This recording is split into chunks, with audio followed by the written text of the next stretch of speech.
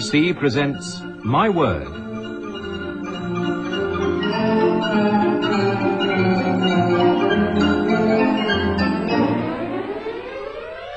And here to introduce the programme and the panel is Jack Longland.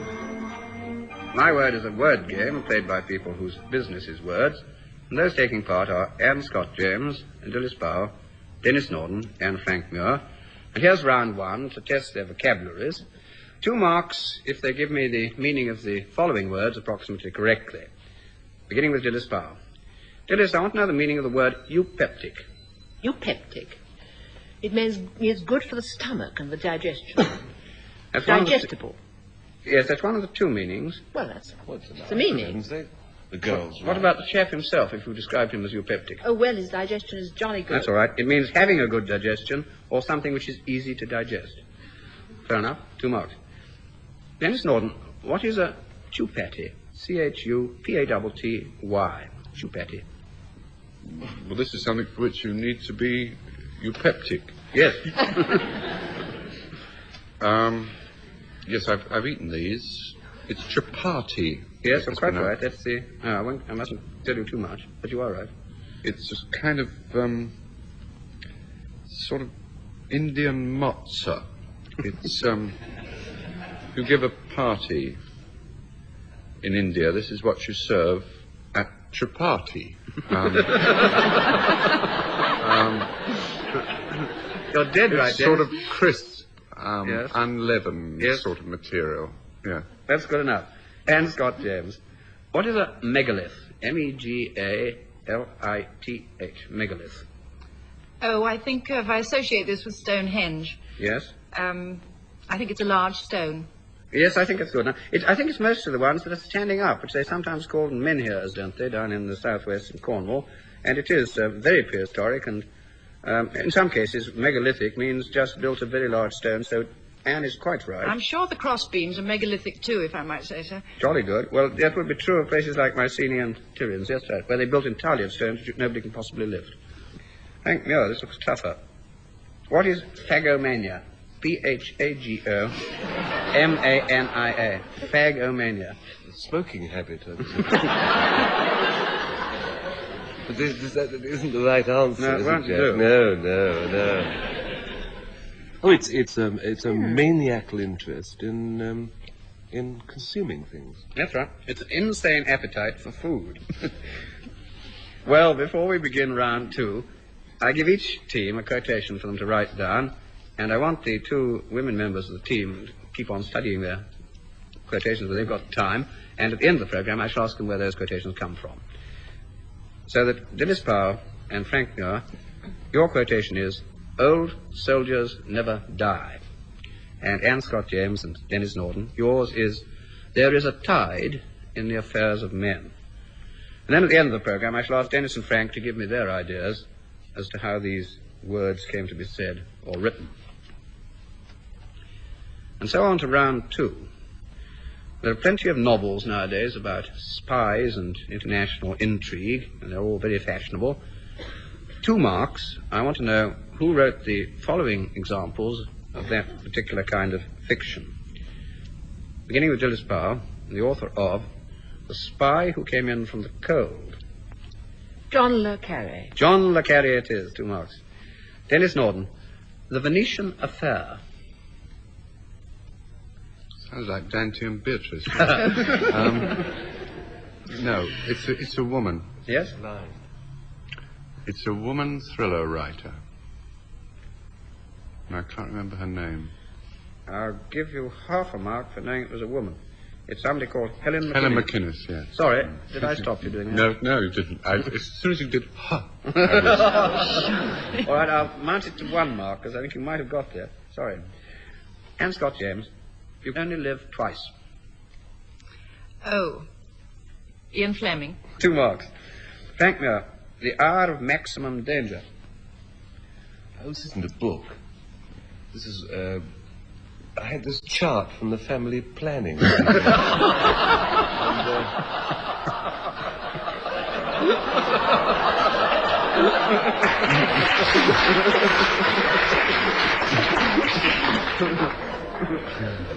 I know of no book of that name. Well, it is 1 mark for sheer effrontery. It is, in fact, a novel by James Barlow. Well, the next round is about verse and poetry, and what I want members of the team to do is to complete the quotation which I shall start, the next following line or lines, and if they can say who wrote it, 2 more marks, so a possible maximum of 4. You'll be lucky. Beginning with Dilys Powell. The Jackdaw sat on the Cardinal's chair. Bishop and abbot and prior were there. Title of the poem is The Jackdaw of Reims. And by? Reims. Well, that rather awful kind of verse. It isn't Browning, is it? No, it isn't Browning. Not Browning. It's terrible. Wouldn't like to try and complete the quotation, Dilys? No, I wouldn't stand a chance. Well, I think it would be fair to give you 1 mark for Trying. knowing the title, which is The Jackdaw of Reims. It was by a poet called Richard Barham, and he also wrote the Inglesby Legends. And the whole quotation goes like this. The Jackdaw sat on the Cardinal's chair. Bishop and abbot and prior were there. Many a monk and many a friar, many a knight and many a squire, with a great many more of lesser degree, in sooth a goodly company, and they served the Lord Primate on bended knee. 1 out of 4, I think, is fair. Now, Denis Norden, your quotation starts, Dear Doctor, I have read your play, which is a good one in its way. Dear Doctor, I have read your play, which is a good one in its way. But speaking frankly, I think it better if you put it on in the operating theatre. That advances it without progressing it, if you know what I mean. Yes, it wasn't that kind of doctor, really. That's the trouble. I'm absolutely unfamiliar with this. It brings I think this tiny is tinkle. I think this is a very difficult one. It's Lord Byron, and it was alleged to be an epistle from Mr. Murray, who was John Murray, the publisher, to Dr. Polidori, who had written this play. It goes, Dear Doctor, I've read your play, which is a good one in its way, purges the eyes and moves the bowels and drenches handkerchiefs like towels with tears that in a flux of grief afford hysterical relief to shattered nerves and quickened pulses which your catastrophe convulses. And it ends, Dear Doctor, I am yours, John Murray. Now, Anne Scott James, yours is quite different. Canst thou, O partial sleep, give thy repose to the wet sea boy in an hour so rude, and in the calmest and most stillest night, with all appliances and means to boot, deny it to a king? It has a ring of sleep, sleep, sleep. Yes. What, On their cold grey who stones had of worse the sea. insomnia? Everybody had insomnia in Shakespeare. Yes, it was a thing that happened a lot, and it doesn't help awfully there. Because It has to be either Lady Macbeth or Henry IV. I don't yes, know now, which. I'll toss up. You're doing jolly well. Leave out the lady. Ah. Macbeth.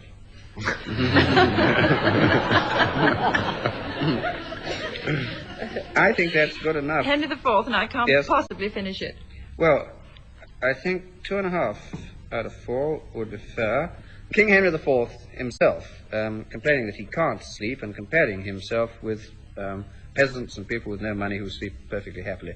And it goes, as I've started, and in the calmest and most stillest night, with all appliances and means to boot, deny it to a king.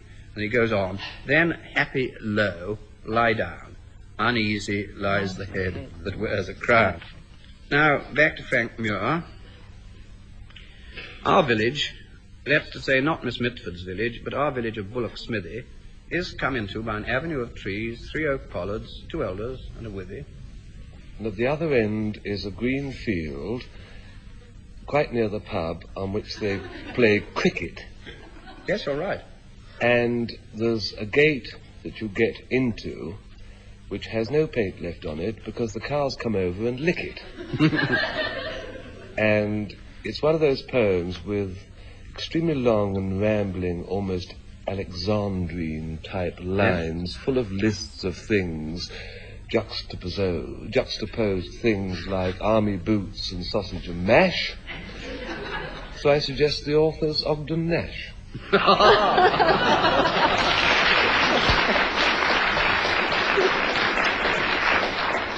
I think Ogden Nash would love to have written it, but it wasn't. It was Thomas Hood. But you got quite a bit of this, not the bit that I wanted immediately after the lines I quoted, but quite a lot of other things which were really quite a good shot. So I think 2 marks. This is how it goes.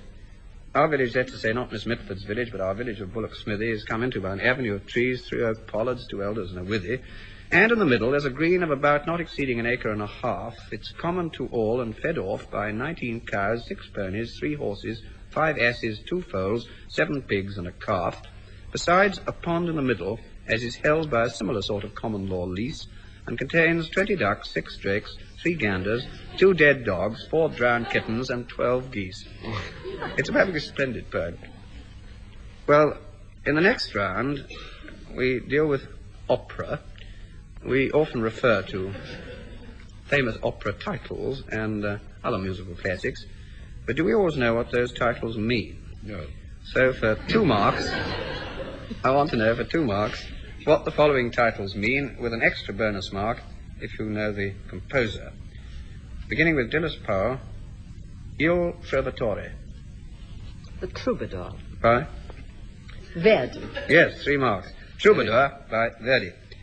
Denis Norden, what is a barcarolle, such as the one in the Tales of Hoffmann, which you can spell either with 2 L's or with 1, apparently? Barcarolle. Something to do with a boat. Yes. It's a boat song. Boat song it is. Boat song it is. Do you remember the kind of boatman? There's only one kind of boatman who sings all the time. Gondolier. Yes. 3 marks, you creep home. It's a gondolier song from the Italian word, just means a boat song, as Dennis quite rightly said. And one example is in Offenbach. I didn't give you a chance of saying that. Anne Scott James, Die Fledermaus. That's Flatter Flatter. Yes. Flatter Flatter. The bat. Mm-hmm. And by? Strauss.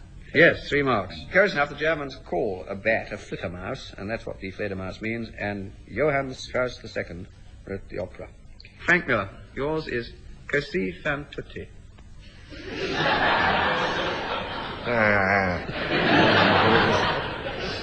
It's the Mozart opera, isn't it? Yes? And it's about this Italian lady Yes? called Cozy Fanny Tut, who kept this house of entertainment. And it really means, I believe, everybody's doing it. That's it. Quite right. It's the Mozart opera, sometimes called the School for Lovers, but it means all the lovelies, all the beauties do it. They all do it. 3 marks. Well, in the next round, we go back to things which have been written and said about the institution of marriage. Can you, for 2 marks, say who said them or wrote them? Yes. Dilys Powell. No. We begin with Dilys Powell. There's nothing in the world like the devotion of a married woman. It's a thing no married man knows anything about. Sing them out, Wilde. Oscar Wilde. Oscar Wilde in Lady Windermere's Fan. Denis Norden, who said, when asked what was the proper time to marry, for a young man, not yet, for an old man, never at all. It's a kind of uninformative, rude answer that one associates with Dr. Johnson. A lot earlier than that, but a similarly very rude philosopher. Oh. Oh. I'm not all that hot on the philosophers, Jack. He lived in an extremely small, completely detached house, which was a tub. Oh. Dodgy knee. Yes, I think I helped you a bit there. 1.5, it was by Diogenes, the Greek philosopher. Anne Scott James, I say we will have no more marriages. Those that are married already, all but one, shall live. The rest shall keep as they are. Is it Hamlet? Oh, yes. He got frightfully annoyed with his family, and he was very upset at his own affairs, and he took it out of Ophelia. That's it, absolutely That's right. Now, Frank Muir, 20 years of romance make a woman look like a ruin, but 20 years of marriage make her something like a public building. I call that a very uncalled remark. Uncalled for. Yes. Is it Early Shore? No? Oh. Is it English? Irish. How many questions have I had? Wild. Oscar Wilde's a flat. Yes, I'm afraid I've got to mark you again. I did help you. It is Oscar Wilde in A Woman of No Importance. And now we come to the last round and go back to those quotations I gave the two teams earlier on. For 2 marks, Dilys Powell, can you give me the origin of your quotation? And it was, old soldiers never die. I think that was a nom. It's a song, isn't it? Yes? They merely fade away. Yes, 2 marks. Now, Anne Scott James, the origin of your quotation, there is a tide in the affairs of men. Shakespeare. And Yes. I think it's from Julius Caesar, but it could be Quite Hamlet. right. It is Julius Caesar. Do you remember the next line? No. And it's either said by Brutus Cassius, or by Cinna, or by Julius Caesar, or by... Keep away from those sinners. Or and by stick to your first Calpurnia, one. or- Stick to the first one, you're quite right. It's said by Brutus to Cassius in Act 4 of Julius Caesar, there is a tide in the affairs of men which, taken at the flood, leads on to fortune. And Brutus, as quite frequently, is giving extremely bad advice and decides to fight at Philippi, where he gets his head knocked off. 2 marks. Now I'm going to ask Frank and Denis to give me their explanations of how these quotations came into being, and on this occasion the marks will go to whichever incredible explanation receives the longer amount of applause from the audience here in the theatre.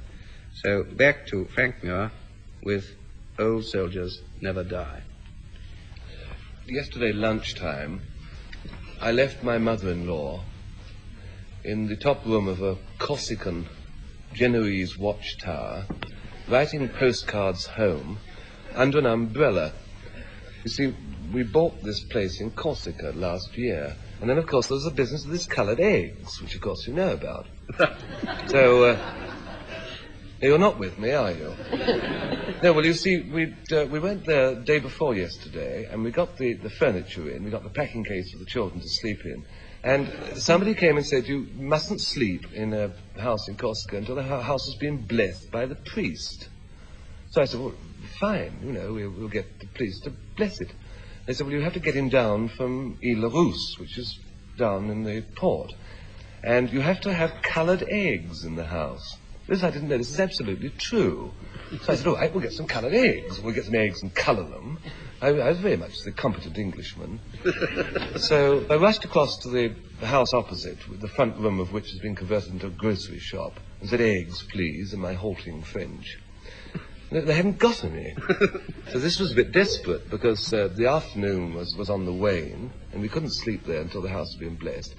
And I couldn't think what to do. And suddenly I noticed some sort of vases which were lying about, which were rather egg-shaped. They were about a foot high. And they were sort of flat at the bottom, and they had a space at the top, and they were dirty white colour earthenware. And apparently people put soil in them. They had holes in the bottom. And they carried them up in their roofs, because this thing's on rock and there are no gardens. And they grow in them bougainvillea and carrots, you know. And so I got 6 of these earthenware jar affairs, and took them in and said, now we've got to stain them, we've got to colour them, as you do with Easter eggs, I suppose. So we dashed out and picked some maki and boiled it all up, and we steeped half of them in that, and it produced quite a nice sort of brownish, rather nasty colour. and the other lot, we found some beetroots, of all things. Apparently they have beetroots there, so we boiled up the beetroots and stained the other 3 in that and got a nice mauve 3. And we had these 6 pots. And then I went down to get the priest. Now, I borrowed the chap next door, a very nice fellow, whose car, it was one of those tiny French 2-horsepower cars made of corrugated iron. The layout was entirely different, and I didn't know quite how to drive it, but it's a hairpin bends right down to the port, so I coasted all the way down, collected the priest, who was a very nice chap, about 92, put him in this car, and I started the ascent up the hill. I couldn't find first gear. I could find reverse third. So I backed up. Now, it's very hairpinny, and it started to come on to rain. You know, and the extraordinary thing about cars, if you think, is that there are no windscreen wipers on the rear windows. And I couldn't see my way up the back. So I asked the priest whether he'd mind very much getting out and walking and guiding me.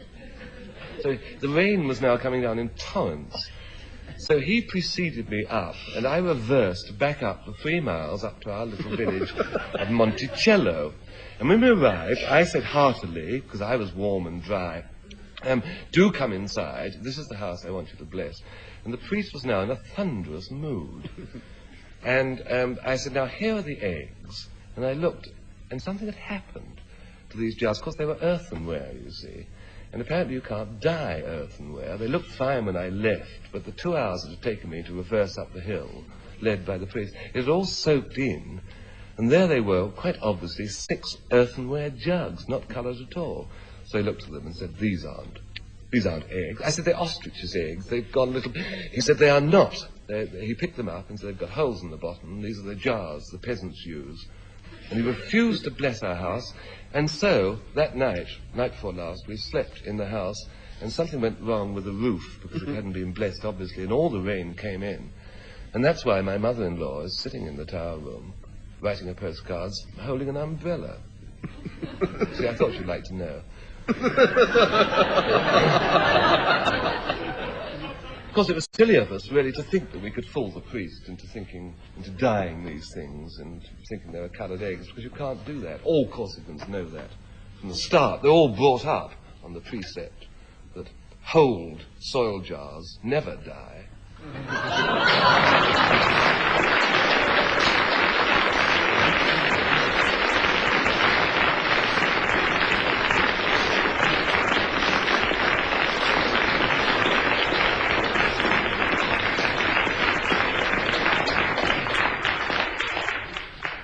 Well, for the sake of Frank's family, I do hope it stopped raining in Corsica. And we now go back to Denis Norden, and you remember his quotation was, there is a tide in the affairs of men. There is a tide in the affairs of men. Yeah, it's funny me getting that barcarolle question, because I used to work for a chap called Hoffman, who had this business of hiring out evening dress to the nobility and gentry. In fact, practically any hunt ball that you go to, you can reckon that a fair percentage of the chaps will actually be dressed in the actual tales of Hoffman. But it's not much of a business, because there's one thing about the nobility and gentry.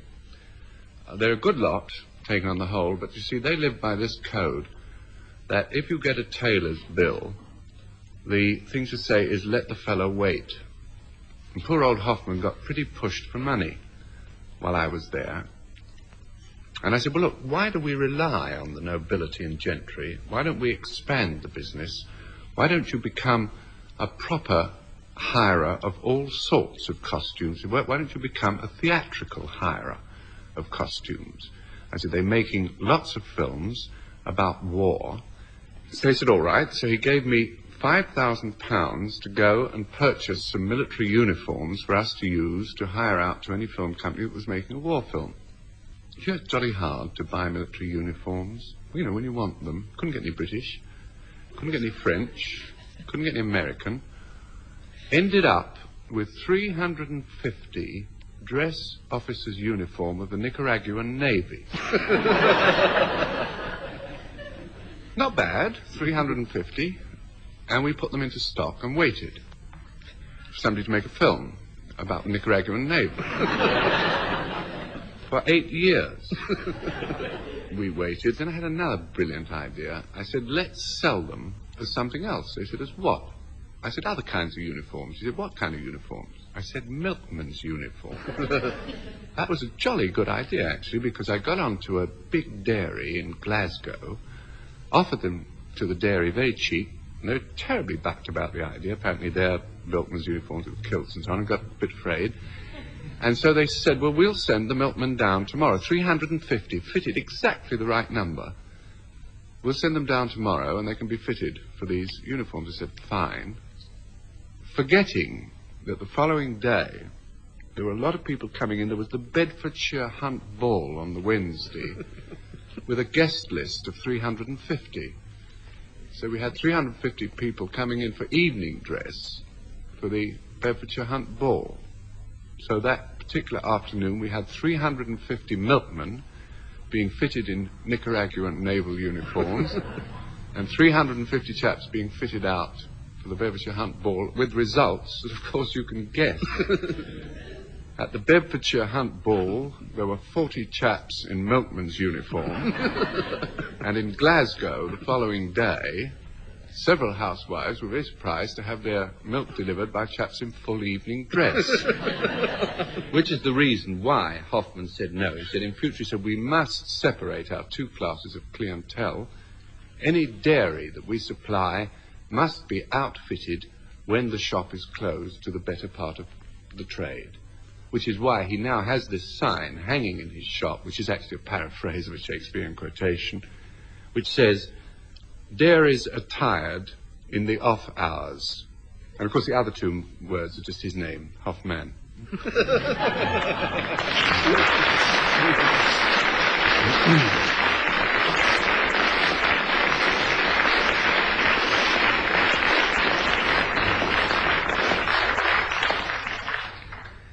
Well, by your vote, Frank Muir wins the contest between the two stories, and that brings us to a most interesting final result in which there is an exact equality of marks. Have we achieved parity? Parity at last.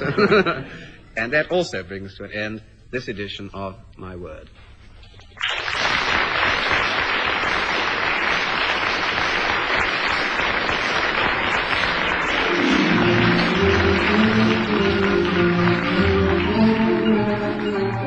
In My Word, you heard Dilys Powell, Anne Scott James, Frank Muir and Denis Norden, introduced by Jack Longland. The programme was devised by Tony Shryan and Edward J. Mason and presented by the BBC.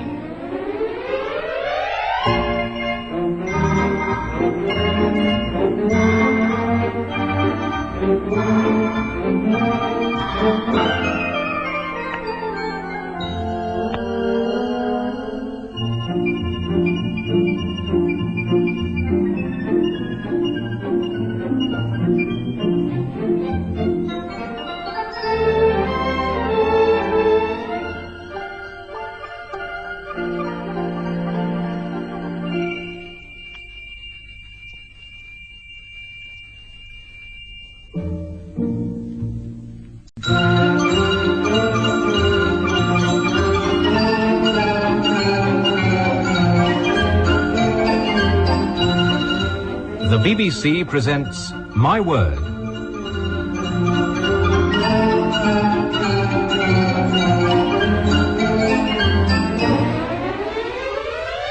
And here to introduce the programme and the panel is Jack Longland. My Word is a word game played by people whose business is words, and those taking part are Anne Scott James, Dilys Powell, Denis Norden, and Frank Muir. And here's round one, which tests their vocabulary. 2 marks if they can get the following words reasonably right. Beginning with you, Anne Scott James. What is misology? M-I-S-O-L-O-G-Y. Well, I suppose it runs on the same principle as misanthropy. Mm-hmm. It must be dislike of knowledge. Dislike of what? Or mice. It's the wrong end. Hatred of learning, knowledge, reason. 2 marks. Well done. Frank Muir, what is a nocturne? There's one in the Old Kent Road, wasn't there?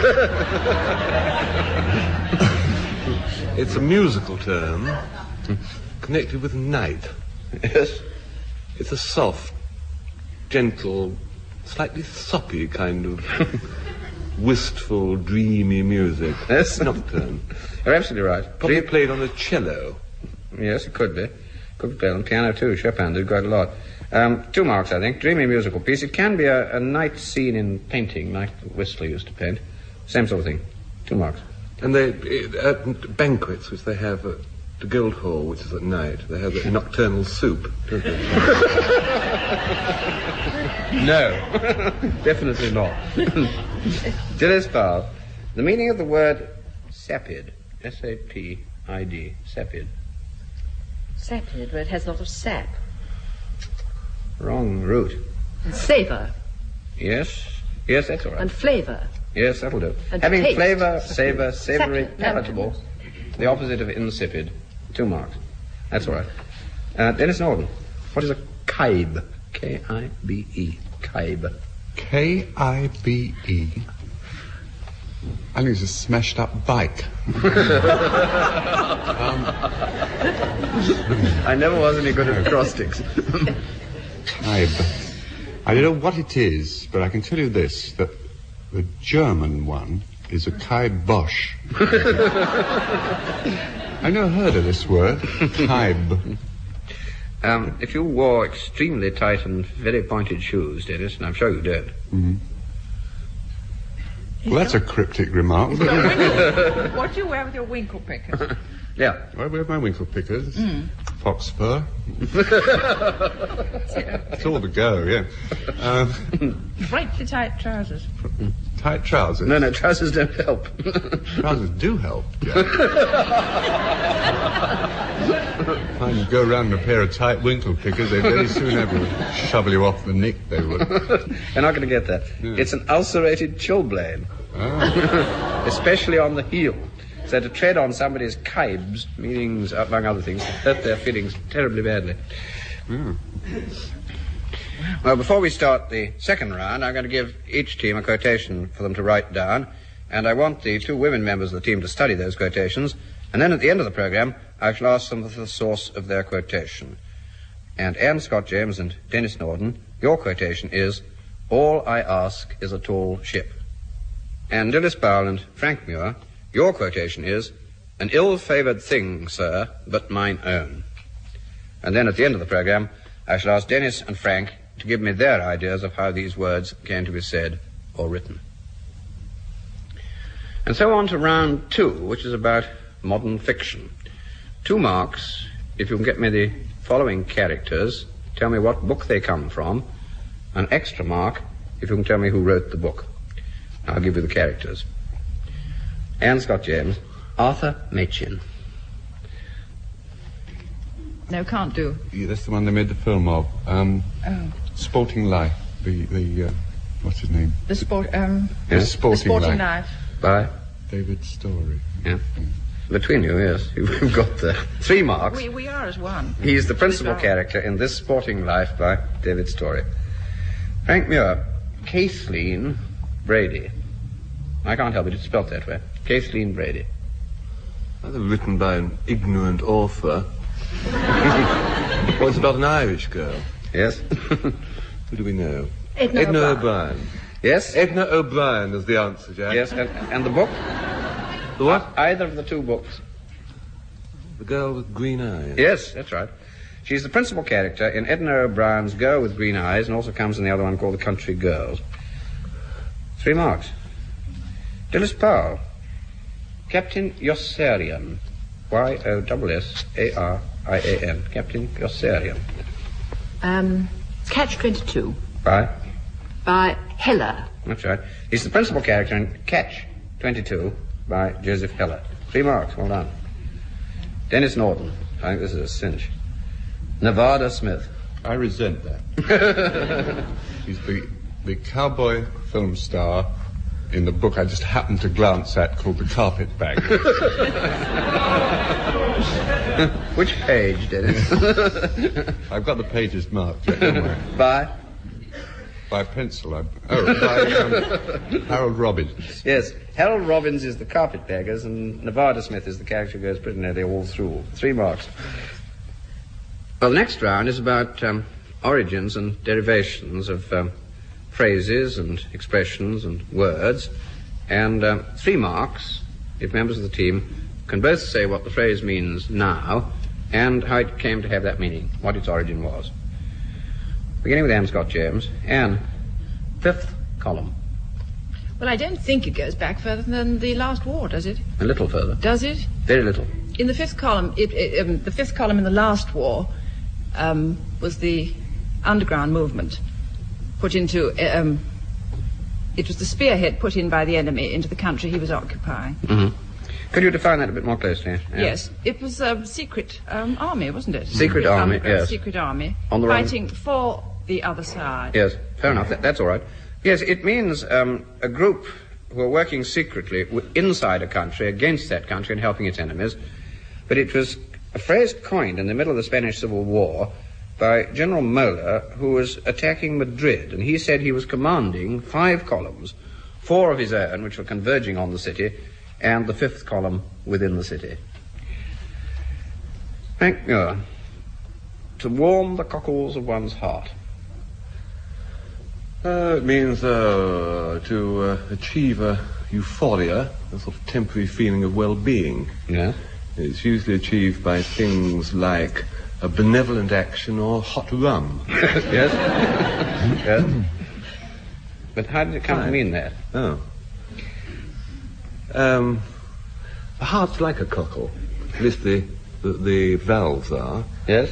And when a doctor listens to your heart through his stethoscope to see whether you're working or not, he says about your heart, cockles and muscles, he's alive, alive-o. So it's part of your...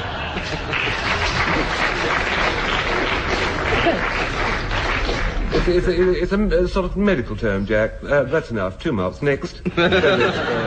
Linger. I think 3 for effrontery and getting jolly near to the answer. It means something that pleases you enormously, either physically, as he says, like brandy or rum, or mentally and emotionally, because somebody's been terribly kind to you. There are 2 possible explanations. It can mean that the heart has its valves, like a bivalve, which is a cockle being one example of it, or it may be the ordinary sort of English transliteration of the Latin cocci cordis, which means the ventricles of the heart. So you would put in here on one side. Dilys Powell, antimacassar. Antimacassar is a thing you hang over, at least I don't, but some people do, hang over the backs of their armchairs, so the gentleman of the family, whose head is presumably covered with oil, not in my family, may put their heads against it without staining the back of the armchair. And why macassar? Because macassar was the oil which gentlemen were presumed to put on their heads. Absolutely right. 3 marks. Denis Norden, dog in the manger.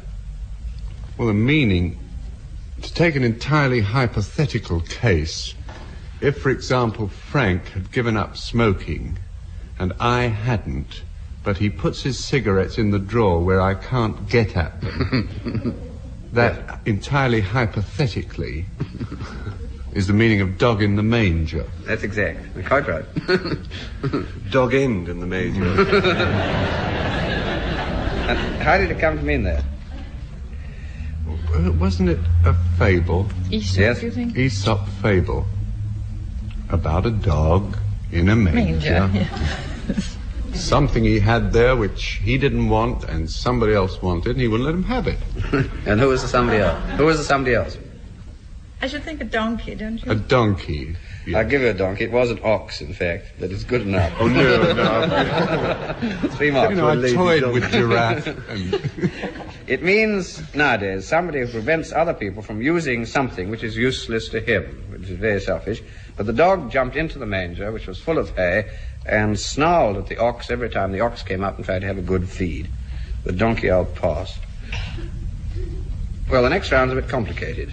For 3 marks, can you tell me from the style of these quotations from plays, first of all the play, second the author, and third the character who made the speech? Anne Scott James first. Think a moment, think of me. Me whom the plainest woman would despise, me with this nose of mine that marches on before me by a quarter of an hour. Whom should I love? Why, of course, it must be the woman in the world most beautiful. Well, it must be Cyrano de Bergerac. Absolutely right. I imagine. The author is Rostand. Yes, said What's- by... This is pretty simple. Cyrano. Yes, quite right.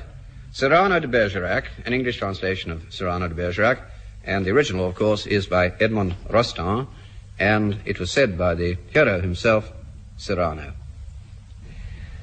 Frank Muir, I should like to explain that if you hit me, I shall certainly hit you, probably equally hard, if not harder. I'm just as strong as you, I should imagine. Then you'd hit me again, and I'd hit you again, and we'd go on until one or the other was knocked out. Now, if you'll explain to me satisfactorily how all that can possibly improve the situation, I'll tear off my coat, and we'll go at one another hammer and tongs immediately. Sure. No? Not sure. Not sure. Not sure. Very unsure. They're not at all sure. No, I pass. What, the master? Coward? No, a coward. Well, no, a coward. No, a coward. I'm not going to give any marks there. If you will name the play and the character, I might give you some. Hay fever? No, it's a foursome. A foursome? Private Lives. No. Private Lives. No. Is it Private Lives? Private Lives? I don't know what to give you. I'm going to give you half a mark. It's Noel Card's Private Lives. It's said by Eliot to Victor at the moment when they're just about to fight and don't. Dilys Powell, here's yours. Really, if the lower orders don't set us a good example, what on earth is the use of them? Oscar. Wild. In? Importance of being Yes. earnest. Yes. Said by? Algernon. Yes, well done. It's Oscar Wilde's The Importance of Being Earnest, Act 1, said by Algernon Moncrief. 3 marks. Denis Norden. Indeed, it promises to be not only the best thing I've ever written, but the best thing I've ever read. Couldn't be Lionel Bart. I don't know. I think it's a jolly hard one, I must say. I've never heard this. Yeah. Do you know? Conceited gentleman, no. Can't we have a tiny weeny little leader? Conceited gentleman. Well, there were two sons of American millionaires, two different kinds of millionaires and 2 sons, who behaved extremely badly and languished for a very long time in jail. Oh, the play that was written about Rope. Yes, by? Patrick Hamilton. Quite right. Difficult to mark you. 1.5, I think. It's the play Rope, which was based on these young, unpleasant millionaires, sergeants, who murdered a schoolmate who was rather, wasn't very popular. And Patrick Hamilton made it into a play called Rope, and this is said by the character Rupert Cadell. 1.5. And now we come to the last round and go back to those quotations I gave the 2 teams earlier on in the program. First, Anne Scott James for 2 marks. Can I have the origin of your quotation? All I ask is a tall ship. I think it's All I Ask is a Tall Ship and a Star to Steer Her By. Quite right. By Masefield. 2 marks. John Masefield, Sea Fever. All I ask is a tall ship and a star to steer her by. And it starts, I must go down to the seas again, the lonely sea and the sky. Hold on. Dilys Powell, the origin of your quotation now. An ill-favoured thing, sir, but mine own. Must be Shakespeare. Yes. As You Like It. Yes. But? Touchstone. Touchstone. 2 marks. And now I shall ask Frank and Denis to give me their explanations of how these quotations came into being. And on this occasion, the marks will go to whichever incredible explanation receives the longer amount of applause from the audience here in the theatre. So, back to Denis Norden and his quotation, all I ask is a tall ship. Did I ever tell you about the time when I shipped as a cabin boy on a pirate radio ship? For the benefit of overseas listeners, this sceptred isle has of late been ringed around by boats hove to outside the 3-mile limit, transmitting pop records and, again with the permission of the BBC, I'm allowed to say this word, advertisements. Now, how I actually got into it was I saw this thing in the agony column of the Radio Times where it said, good opening for adventurous boy, must be keen music lover and strong swimmer. 3 nights later, there I was, rowing out in my sou'wester with a ditty bag filled with roll-neck sweaters and a compass and ship's biscuits and an EP of Tony Bennett singing I Want to Be Around to Pick Up the Pieces When Somebody Breaks Your Heart. And there, ahead of me, lay my destination, the good ship looming out there into the blackness, the pirate radio ship, Radio Marie Celeste. And I could hear across the water the ship's crew singing their sea shanty, 16 men on a dead man's chest, yo-ho-ho, and a bottle of record cleansing fluid. I was welcomed aboard by the pirate chief, a very colourful character called Long John Goldstein. He was a renegade disc jockey who'd been warned off every turntable in England for being found drunk in charge of Housewife's Choice. And he soon rapped out the orders, anchors away, it is start engines started, it is volume control up, volume control, it is tone control set to brilliant, and we sailed off down the channel. It became very routine, the life after that. I spent most of my time in the chart room, which was the place where you decided which records were going into the charts and which records weren't. And it was a great life for a boy who had a touch of the BBC in his veins, until that fateful night when disaster struck. Suddenly, the whole ship lurched. The needle skidded across the record that was playing at the moment, and sure enough, we had run into a pile of drifting rock records. And the cry came, quick, we were holed. Lighten ship, throw overboard all the heavy stuff. So we threw overboard all the symphony concert records, operatic selections, but it was no good. The Marie Celeste was very obviously a goner. And within 15 minutes, there we were, in the lifeboat, rowing away and watching her hull disappear below the water. And suddenly, on the bridge, we saw this lone figure. It was Long John Goldstein. And we shouted out, "Jump, you fool." And he said, "I can't. I've still got a record on." And we said, "Turn it off." And he said, "I daren't." He said, "Why not?" He said, "It's the Beatles." And that was the last we ever saw of him.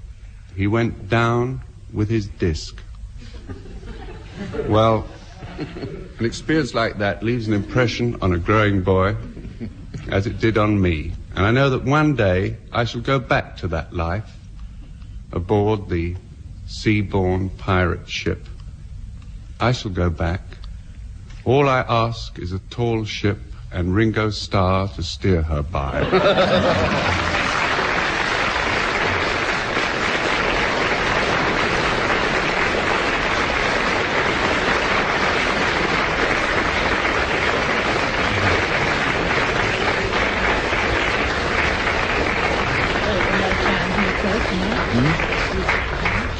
I can't think of what you're all doing here. You seem to like pirate radio, and you've given him an awful lot of applause, and that's fine.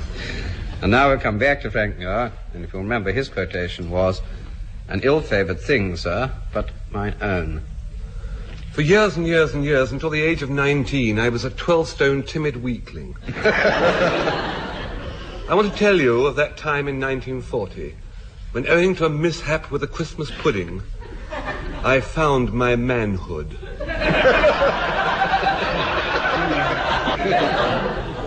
As a child, I had always been timid, easily embarrassed. I couldn't say boo to a goose. Then came the war. 1939. I went into the Royal Air Force. I was trained as a photographer at Farnborough and was posted immediately, callow youth that I was then, to Warmwell, in Dorsetshire, quite close to Weymouth. There were two of us in the photography section. 1940 this was. There was me and a warrant officer photographer called Warrant Officer Touchstone. This Warrant Officer Touchstone hated me. I had nowhere to sit and nothing to do all day for 3 months. Eventually I got so desperate with the circumstances that I put in for a commission. Eventually the papers landed on Warrant Officer Touchstone's desk. He looked at them and said, "I see here, I'm required to mark you for initiative." And a grin broke over his face, an evil grin. He said, "I'm going to give you an initiative test. Listen, the test is divided into 2 parts.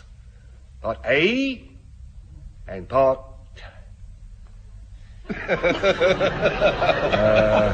and Part B. Don't forget that, always remember that.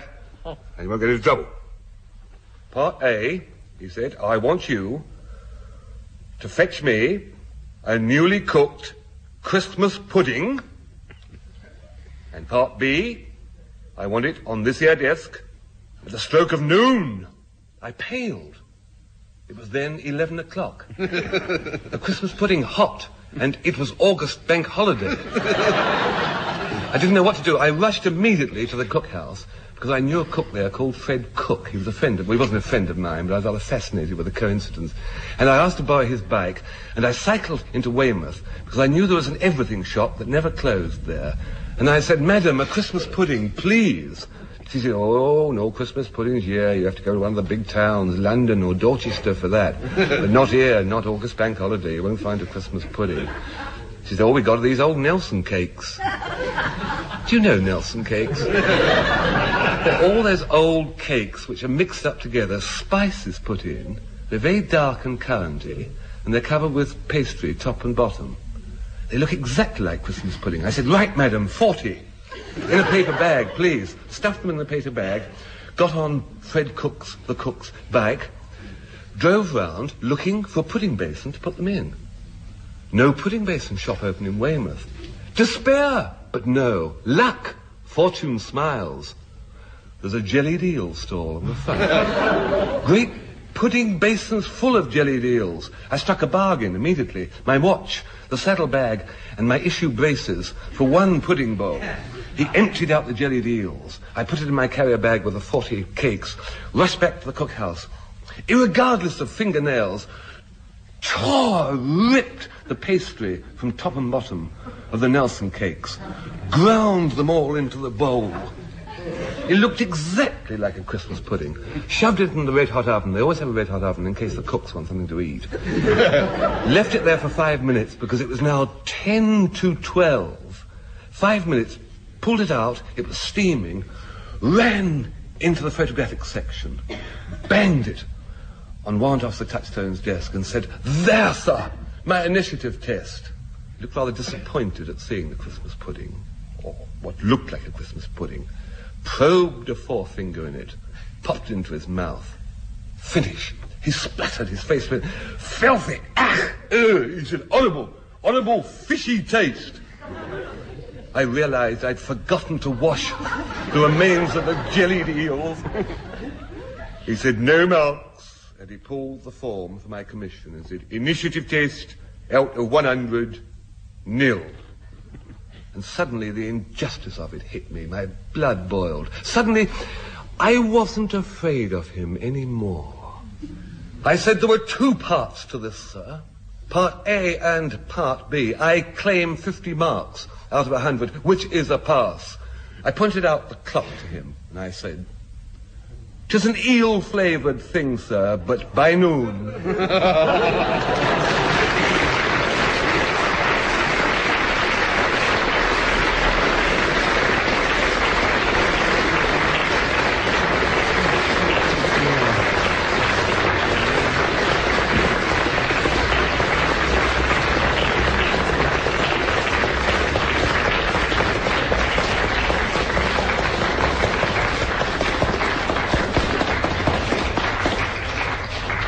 Well, as I used to live in those parts, I know the distance between Warmwell and Weymouth, and Frank Muir not only got his Christmas pudding, but a world's bicycle record as well.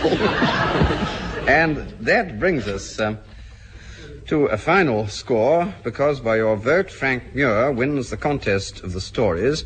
Both teams have scored the same number of marks.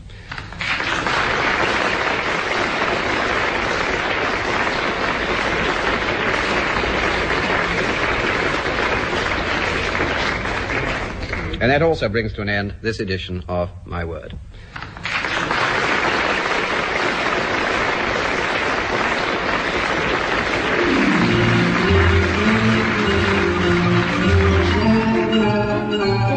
In My Word, you heard Dilys Powell, Anne Scott James, Frank Muir and Denis Norden, introduced by Jack Longland. The program was devised by Tony Shryan and Edward J. Mason and presented by the BBC.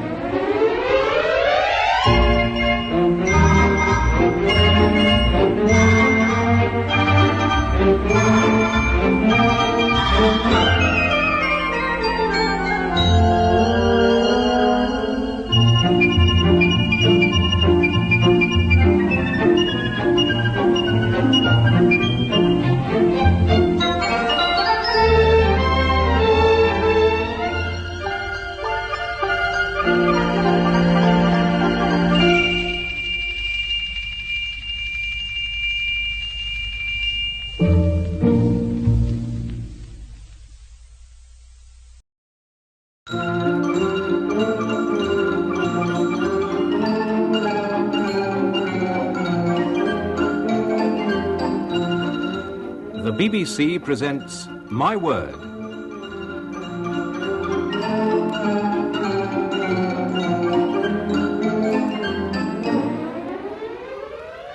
And here to introduce the programme and the panel is Jack Longland. My Word is a word game played by people whose business is words, and those taking part are Anne Scott James, Dilys Powell, Denis Norden, and Frank Muir. Round one tries to test their vocabularies. 2 marks if you can give me the meaning of these words. Beginning with Dilys Powell. Dilys, the meaning of the word saturnine, S-A-T-U-R-N-I-N-E, saturnine. Well, it means kind of under the influence of Saturn, which is a planet. Yes. And it implies a kind of sardonic, rather, a bit like Frank. Not the Character. least like Frank. No? A bit like Denis, then. I'm Tuesday's child. Rather kind of Saturday. Sardonic, darkish, not very jolly.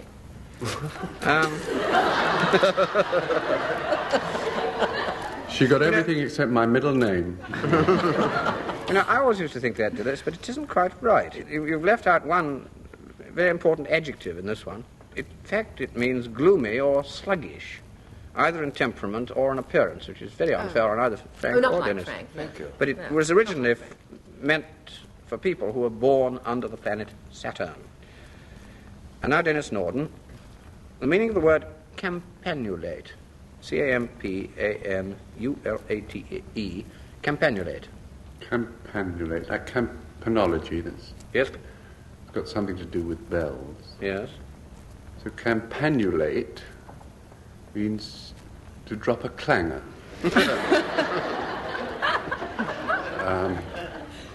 To behave like a bell, no? Not to behave like a bell. Not to behave, to look like a bell. Yes, that's better. And what's it normally apply to? Women.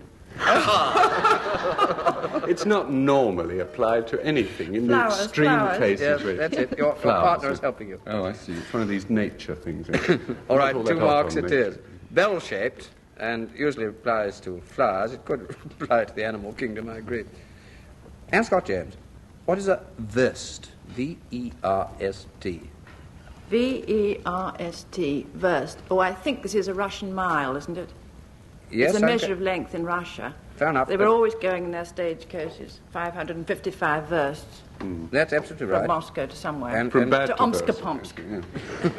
and you dropped your wife off the back of the sledge for the wolves. Exactly. That's right. It is, in fact, just over 2/3 of a mile, but that's near enough. It's a Russian measure of length.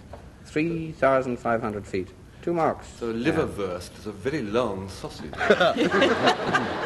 Surely not 3,500 feet.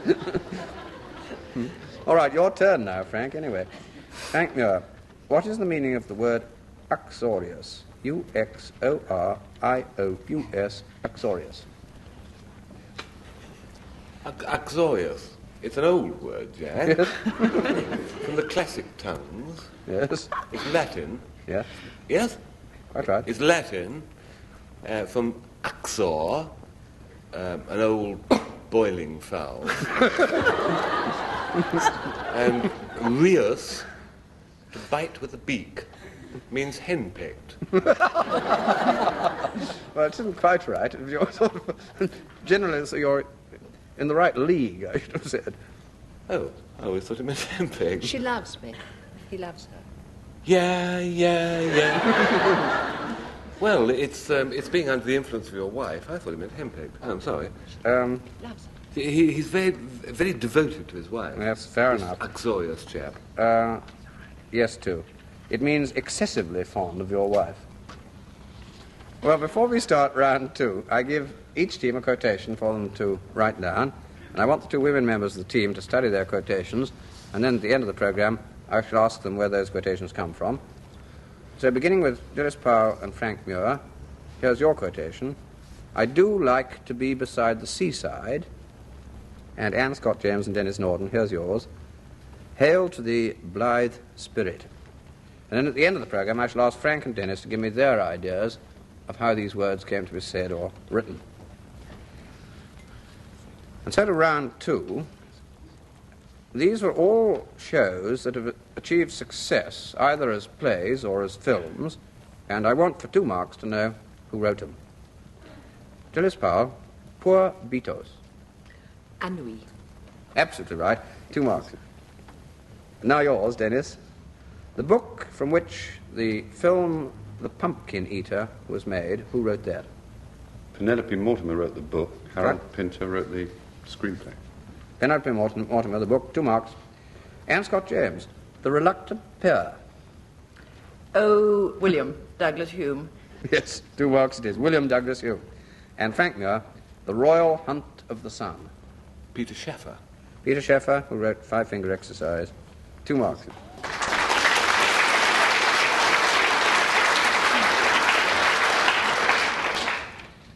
The next round's about verse and poetry, and in this round I give each member of each team a quotation and ask them for the following line or lines, and they get 2 marks if they can complete the quotation, and 2 more for saying where it comes from, author and so on.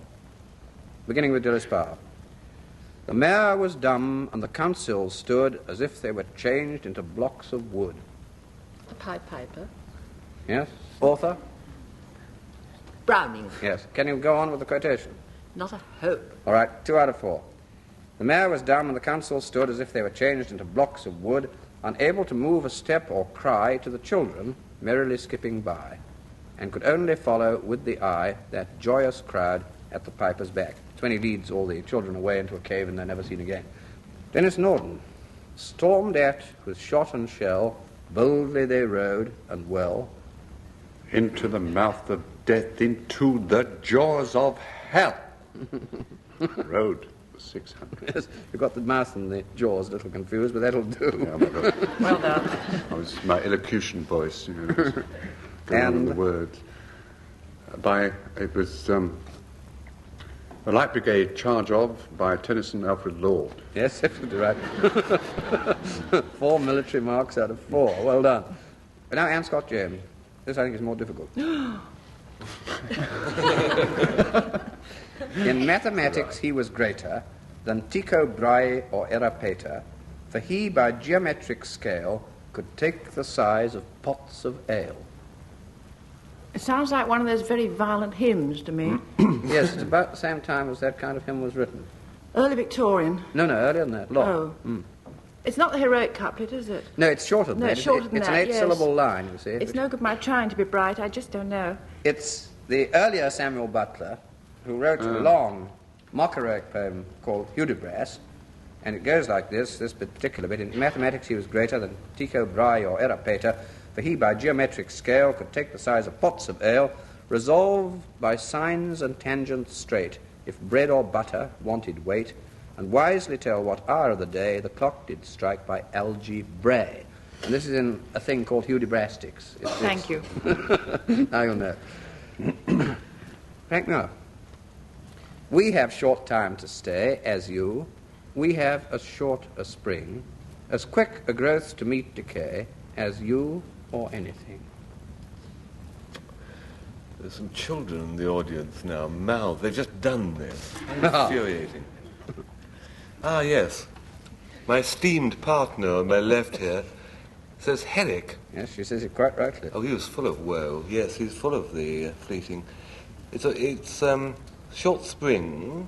You've got a short spring, and so have we. He's talking about a flower. We've got flat tire as well.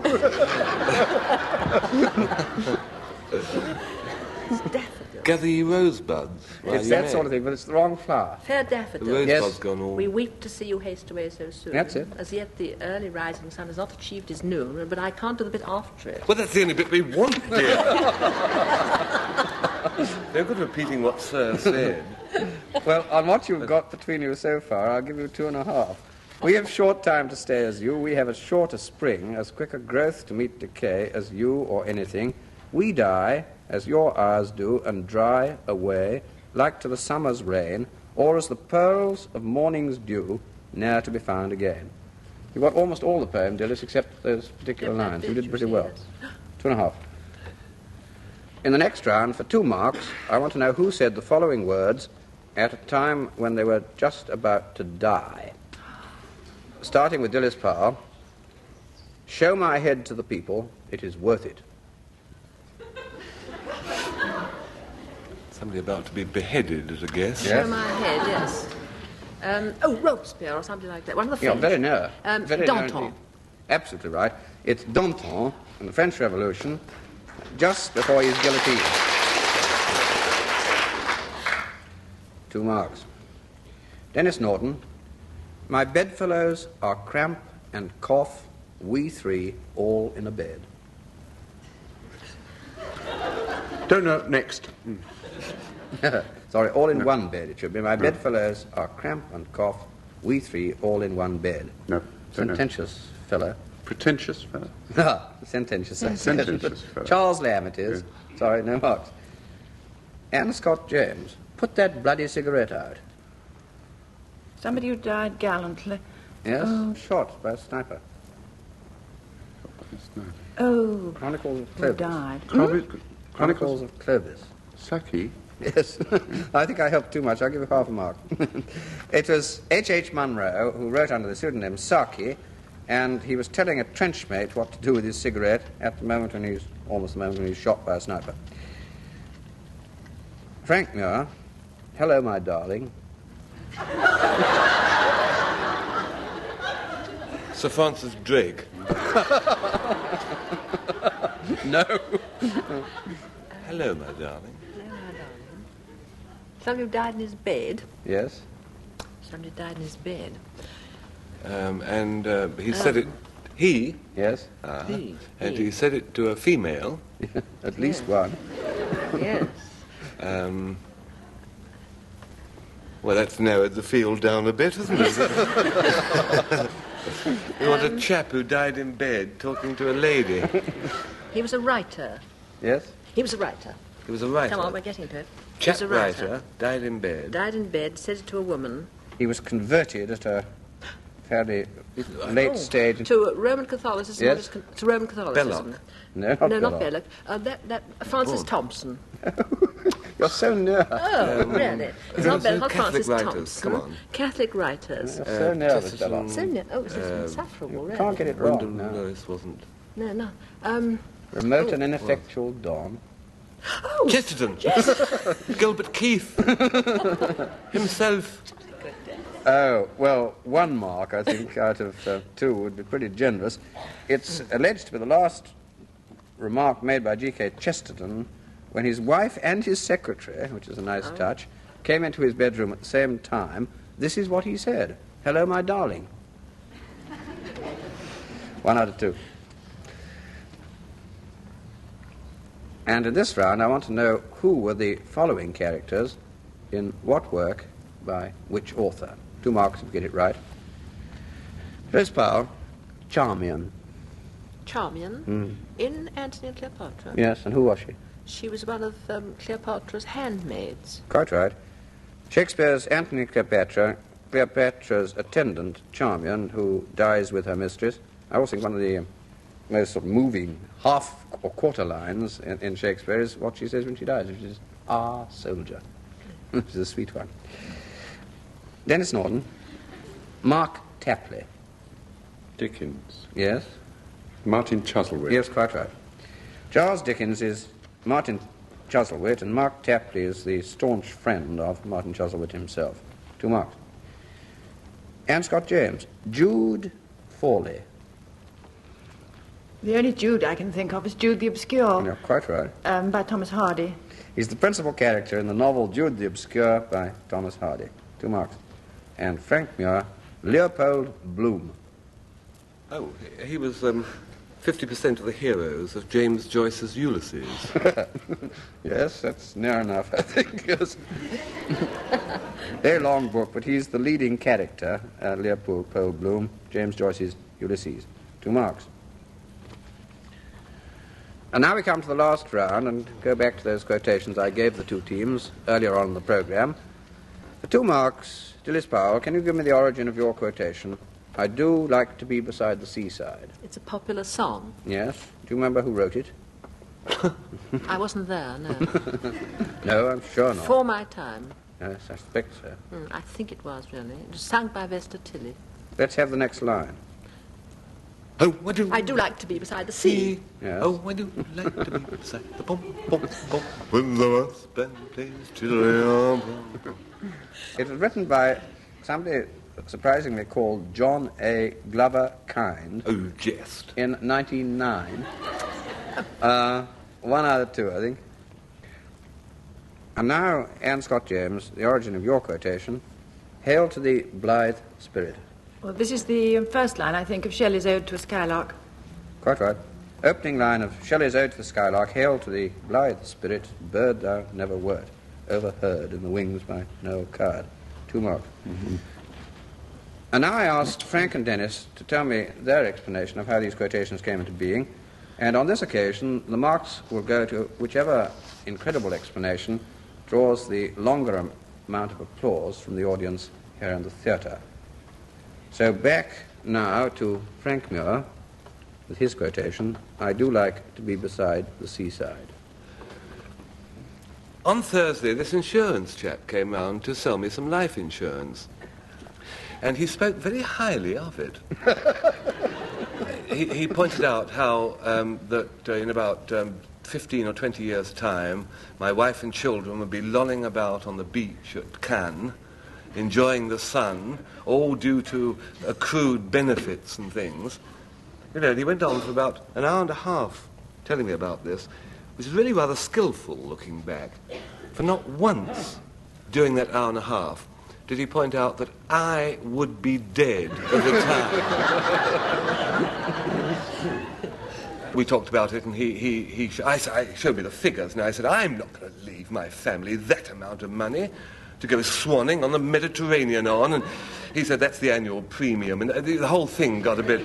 And he started filling in the form, and he said, what is your occupation? He asked about my father's occupation, all that useless information.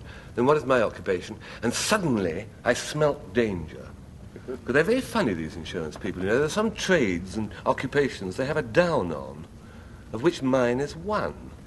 You see, people that have anything to do with insurance, and particularly car insurance, don't like ice cream salesmen, and they don't like log dealers, and they don't like people in the theatrical business. Anyway, I realized I didn't dare put my occupation as scriptwriter, so I put manufacturer of wit substitute. You see, the reason why I did this, because I remembered an occasion some 20 years back when I told the truth on one of these insurance forms, a car insurance form, and had lost my job. It was just after the war, about 1946, I think it was, and I was earning a rather precarious living as a busker at Bognor. Bognor Regis, the heart of the Sussex Riviera, by the sea. And I was sort of acting to cues and giving them recitations to cinema cues. But it was very lucky because Hamlet was just on release then, Sir Laurence Olivier's production of Hamlet. So I gave them To Be or Not to Be, the soliloquy. And I went like a bomb. See, all these holiday makers there, all in their sandals and print dresses and headscarves, were all congratulating themselves anyway on queuing up for Hamlet. And when I came there and gave them the full lot, you know, with expression, in my best voice, to be or not to be, that is the question. Whether 'tis better to suffer the slings and arrows of outrageous fortune, or take up arms against a sea of trouble, and by opposing end them to slay, you know, and so on. You know, and I got about £5 a time from these cues. Then I worked out that the film Hamlet was on in Bognor Regis, also Littlehampton, and also Hastings, and also Brighton. And in fact, you know, all these started about half an hour in between. If I could hire a car, I could whip along and do me To Be or Not to Be, and absolutely clean up. You see, so I went along to this hire car chap, and he said, what sort of car do you like? Any special car you like? And I said, no, anything, because... so he said, right, occupation. So I said, well, it's rather difficult to explain. So he said, well, what do you do? And then I made the tragic mistake of my life. You see, I told him what I did. He wouldn't let me have the car. I couldn't get to these other cinemas. I couldn't work as a monologuist in queues. And in desperation of getting a decent job, I became a scriptwriter. and now I'm worth more dead than alive. Because when he said, what do you do? What do you do? What's your occupation like? What do you do like? I said, quite honestly, well, I do like to be beside the seaside.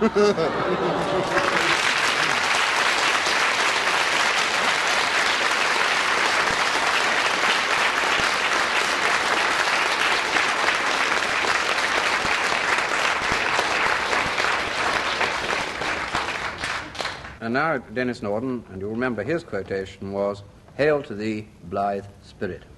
See, it wasn't very long ago, a few months ago, I went to this party where I met this chap who was a big bikini manufacturer. I don't mean he manufactured big bikinis. I mean, he was big in the manufacture of bikinis. And I said to him, you know, as people do, how is business? You know, expecting some kind of jaunty answer like, you know, it's going swimmingly, or you know, shares are buoyant, you know, those kind of fun remarks that these rich people make. But he looked very, very gloomy. And he said, it's awful. He said, all they want, the women, are these topless bikinis. That's all they want. And I said, well, if that's all they want, that's all you must make for them, isn't it? You know, it's sort of topless oblige, you know. And he said it went about as well with him as it did with you. He looked terribly sour. And he said, yes, he said, but he said, all they want is the topless. He said, what do I do with the tops? He said, I've got a warehouse full of bikini tops. 2,000 bikini tops in this warehouse. He said, I don't know what to do with them. Well, that was a challenge. To a chap like me, with a good business head and full of imagination, I made a deal there and then, in return for my life savings, £27.16. I gave him this £27 odd and got in return 2,000 bikini tops, because I knew exactly what to do with them. As he said it, it came into my mind. Take off the sort of harness part of it, divide it into two elements, and there you have 4,000 gaily coloured skull caps. I reckon there must be thousands of men this coming winter in the cold will be men with bald spots on top of their head. So I had them delivered, and I took off all the appendages on them, cut them up, and looked at them, and there they were on the floor. And suddenly I had this sickening thought. These weren't ordinary topless bikinis. They were boned bikinis. Now, no man with red blood in his veins is going to walk around with a boned skull cap on his head. And for a moment I panicked. I was stuck with this. I could see them. They were all on the floor in a line. 4,000. It was like a settlement of teeny-weeny igloos. What else could I use them for? I looked at them and I racked my brains. Nothing came. On an impulse, I got up and I turned them all over. Turned them all upside down so the open side was uppermost. It looked like a field of many splendid half grapefruits. Grapefruits. Serve your grapefruit in a gay no. I thought maybe if I put handles on them, would anybody conceivably ever want to use a cloth cocoa cup? No. I sat there right the way through the night, and finally the rosy fingers of dawn peeped through the curtain, and I heard from far off this shrill twittering sound. I thought it was me. I thought, this is the sound that panic makes, you know, my stomach. And I realized, no, it wasn't. It was a skylark, somewhere far off. Skylark. Have you anything to say to me? And then it came into my head, full-blown, the whole idea. What owner of a budgerigar or a canary could resist an advertisement which said, why not give Budgie his own little personalized bird's nest? Padded, reinforced, and available in many colors. Well, I don't have to tell you, I don't think there's a bird lover listening to this program who hasn't got one hanging up in Budge's cage at this moment. I got out of trouble. And it is strange, is it not, that this line, "Hail to thee, blithe spirit," and my idea for marketing bikini tops have this in common. They were both ode to a skylark.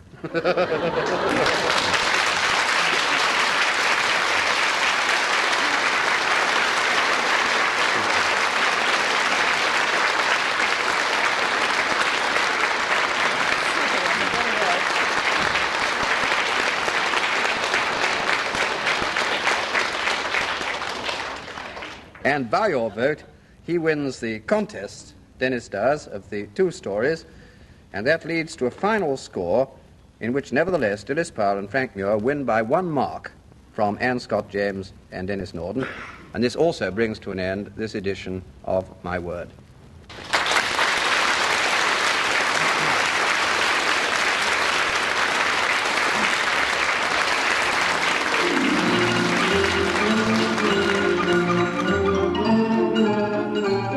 In My Word, you heard Dilys Powell, Anne Scott James, Frank Muir and Denis Norden, introduced by Jack Longland.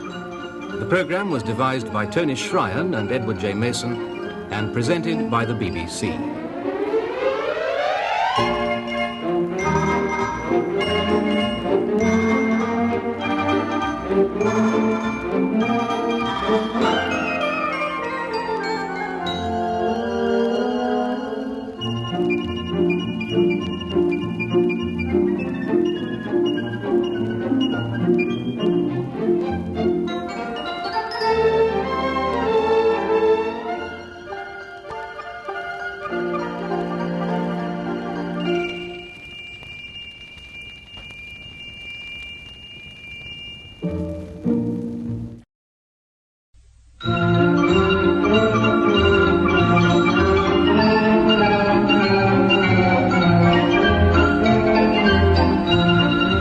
The BBC presents My Word.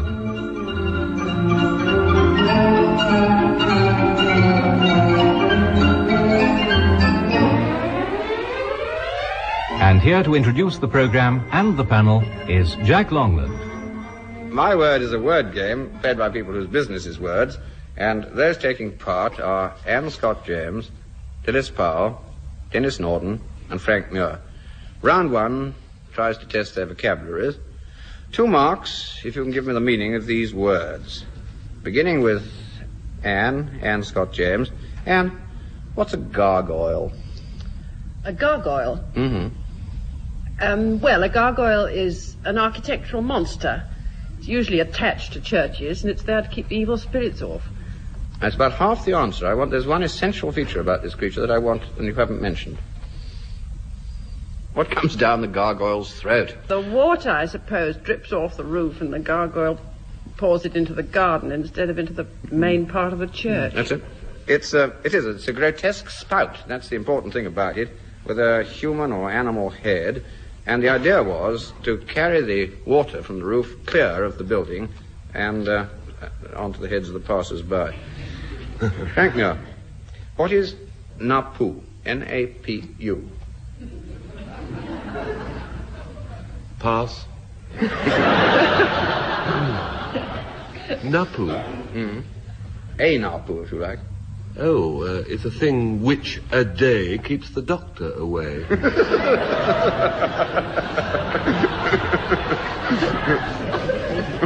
Napu is the First World War word. Il n'y a plus. Yes? There isn't any more. That's shallot. Shallot is a French onion. A small French onion. I can go no further. I'm going to give you 1.5 out of 2 because I accept. That isn't the right spelling. Napu with 2 O's, Napu, was a bit of slang from the First War, meaning finished, gone, lost, no good, and il n'y a plus. But Napu with a U is the musk deer of Java and Sumatra. That's very near. You've done pretty well to get 1.5. Dilys Powell, what is a vinometer? V-I-N-O-M-E-T-E-R. Vinometer. When it measures something, I think it measures all that water coming out of those spouts. Not water. The wine. Yes, and what about wine? Well, whether it's good and effective. Effective is nearer. Effective, yes. And how do you Strength measure of the alcohol. Got it. 2 marks. It's an apparatus for measuring the amount of alcohol in wine. Well done. Throat. Denis Norden. Some connection here. What is or was a stomacher? Stomacher. Well, it's a thing that medieval ladies used to wear. It made of very heavy stuff and started right up near the salt cellars somewhere and went down, well, if you can imagine a map of England, it finished somewhere around, what do we say, Basingstoke, around Guildford Bypass, around that way. That's an unusual description. I'm going to give you your marks lest you go any further. It's the front piece of a 15th to 17th century female dress which covered the bosom and the pit of the stomach, and it ended downwards in a point. It was often covered with gems and very richly embroidered. Well, before we begin round 2, I give each team a quotation for them to write down, and I want the 2 women members of the team to keep on studying their quotations, and at the end of the program I shall ask them what the source was, where it comes from. So that Anne Scott James with Denis Norden, here's your quotation. Yes, madam, nature is creeping up. And Dilys, Powell and Frank Muir, your quotation, all things bright and beautiful. And then at the end of the program, I ask Denis and Frank to give me their idea of how these words came to be said or written. Well, round 2 is about rulers. We know that the Tsar was once a ruler of Russia, and the Shah is, I think, the ruler of Persia, and so on and so on. 2 marks of what countries are or were the following either rulers or pretty high up, high dignitaries. Anne Scott James to begin with. And the Negus, N-U-G-U-S, the Negus. Abyssinia. Quite right. Frank Muir, the Begum. The Begum is female. Yes. Male be bedad. Begum is Indian, isn't it? Yes. It's an elderly Indian lady of some power. Yes, I think that's near enough. Yes, a lady of high rank, who could be a queen or princess, but needn't necessarily be, in Hindustan, in India. And it's the female of Beg, which is the big prince, and Begum means a big princess. 2 marks. Dilys Powell, the Nizam, or you may prefer to have it called the Nizam. That's Indian, too. Mm-hmm. Wherefore? Hyderabad. Quite right. And it's short for Nizam al-Mulk, which means the ruler of the empire. 2 marks. Denis Norden, you seem to be getting the tough ones here, Denis. The Shogun, S-H-O-G-U-M, the Shogun. That's either... No, it's either Red Indian or Japanese. I can't... Japanese, let's go for it. Listen to your partner, because I think she's got some I think ideas. it's the Prince of Japan. That's it. These were the hereditary commanders-in-chief, sort of generalissimos, and for a long time, from the 12th to the 19th century, they virtually ruled Japan and kept the emperor virtually in prison again, and gave him no power at all. Well, in this next round, I give each member of each team a quotation and ask them for the following line or lines. 2 marks if they can complete the quotation correctly, and 2 more if they can correctly name the source. Anne Scott James again. She knows not what the curse may be, and so she weaveth steadily, and little other care hath she. Oh, that meter, surely Tennysonian, isn't it? Yes. I think it's the Lady of Shalott. Yes. But what on earth happens next? Well, you've done it. Yes, the last line is, in fact, the one that Anne quoted. Yes. Tennyson, the Lady of Shalott, and this is the one where Tira Lira by the river sang Sir Lancelot, which also rhymes. 4 marks. Frank Muir, and this is terribly hard to say. And whether they pipe us free from rats or from mice. This is, I'll go through from the beginning, shall I? No. This is about a piper who was pied and who was concerned with the town of Hamlin. Yes. And The River Weser, deep and wide, washes its walls, you remember, Jack, on the southern side. This is what I began to be afraid of. And it was the fact that it was the moral, actually, of this whole rather long narrative poem, which said that if you promise somebody something, you've got to keep your promise. Quite right. Yes. 4 marks all in one. Absolutely bullseye. Robert Browning, it's the last 2 lines of the Pied Piper of Hamelin. Which is by Brunswick, by famous Hanover City. I knew it was no good. I knew you'd go on and on. And whether they pipe us free from rats or from mice, if we've promised them aught, let us keep our promise. That's how it was. Well done, Frank. Dilys Powell. He had mittens, Minji Carwin, magic mittens made of deerskin. Longfellow. Hiawatha. Yes. Well, the only 2 lines I know are something about the robin, the opeachy, and the heron, the shoo-shoo-gar, but I don't think they fit in. Not much. It's the best I can do. You're not going to get it, I don't think. What could he have done with mittens? 2 out of 4. Longfellow's Hiawatha. He had mittens, Minji Carwin, magic mittens made of deerskin. When upon his hands he wore them, he could smite the rocks asunder, he could grind them into powder. Did quite a lot with his mittens. Oh, well. And his fingers stuck up through them. Stuck up through them did his fingers. Yes, you can go on Very like cold that. in winter. A very long time. And his Isn't there knuckles a got version of it, that thing about wore them with the fur side inside, on the outside with the fur side on the outside? Very confusing for the fur trade, it must have been. All right, back to Denis Norden. And now I'm old and going, I'm sure I can't tell where. One comfort is, this world's so hard, I can't be worse off there. Well, it isn't Tennessee Williams. I would vouch for that.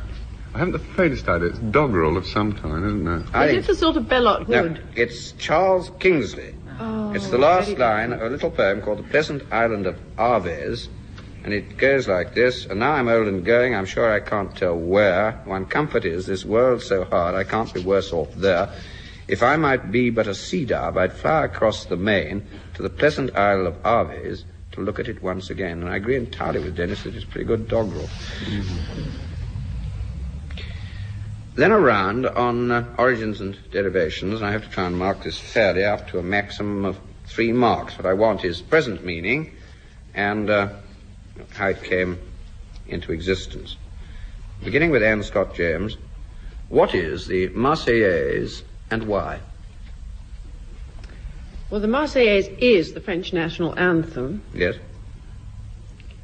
and I should think it's something to do with bouillabaisse, a fine French soup. It's named after the French being tremendous eaters and drinkers.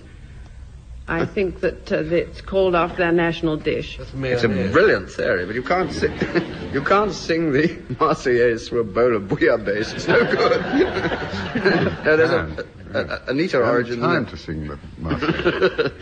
Denis, it may help you on this. I don't know. I know it was written by a fellow called Rouget de Lille. Yes, quite right. That's all. What on earth happened in Marseille? Because it must presumably come from there. Yes, Yeah. yes. He came from Marseille. Yes. Yes, of course. Rouget de Lille. Oh, the marvellous, the composer, as I was saying, came from Marseille. I think 1.5 would be a fairly generous mark here. It is the present French national anthem, but it was the hymn of the French Revolution, as they rightly said between them. It was composed by Rouget de Lille, who was an artillery officer. And on the historic date of July the 30th, 1792, the Marseille volunteers entered Paris singing this song, and the Parisians loved it so much they called it the Hymn des Marseillais and adopted it as the sort of signature tune of the revolution. 1.5 out of 3. Frank Muir, flirt. Is that an instruction or... well, the meaning... Yep. The verb or the noun? Or Either, both. Either. Flirt is a coquette. Yes. It is somebody usually feminine who dimples and winks and by poetic motion shows she is not averse. Yes. That's a brilliant description, Frank. How did it come to mean that? Oh dear. Tie to the verb. To flirt? Mm-hmm. to flirt. No, it doesn't help at all, no. Well, again, I think 1.5. You tell me, and I'll tell you what I was thinking of. Well, it means a coquette or a philanderer or a pert hussy, as Samuel Johnson said, usually female, though not necessarily so. And it comes from the verb to flirt, which meant to use your fan, yes, that's right, playing and waving it about coquettishly, so that the man is given the impression that his advances won't be rebuffed. But there's an element of deception in this, that you are playing at courtship or lovemaking. It didn't mean it seriously. And the verb is used, of course, not only for waving a fan, but a bird can flirt its tail or flirt its feathers, which is maybe the original thing. 1.5. Dilys Powell, roue, R-O-U-E, with an accent aigu on the E. Roue. Well, it's a kind of experienced male flirt. Yes, that's putting it rather mildly. He's a libertine. Yes, that's all right. And comes from what? Comes from the French. I knew that. Why? Comes from the French rouer, yes. To be a liberty. No, to rust. No, it's something to do with a wheel. Yes. Rouer the wheel. Yes. And they were evil chaps were called rouers. Because it's something to do with a wheel. With a wheel? Yes, that's right. It is. It does mean a libertine, a rake, a worthless chap, but it comes from a particular instance. The Duke of Orleans, who was regent of France, used it about his companions, and he deliberately collected round him some absolutely terrible bad types. They were just as dissipated as he was, and he was proud of the fact that, as he said, there was not one of my companions who did not deserve to be broken on the wheel. And roue, as a verb, means, in fact, to break on the wheel. Denis Norden, all tarred with the same brush. Well, it means all as bad as one another, all possessing the same faults. Yes. Now, there's obviously some custom of some kind of tar. I am flirting, as a pert hussy would, with its kind of Victorian times, when they did the road mending with tar, and the gang of workmen would be beside the road, and a carriage would pass, and they would all be tarred with the same barouche. And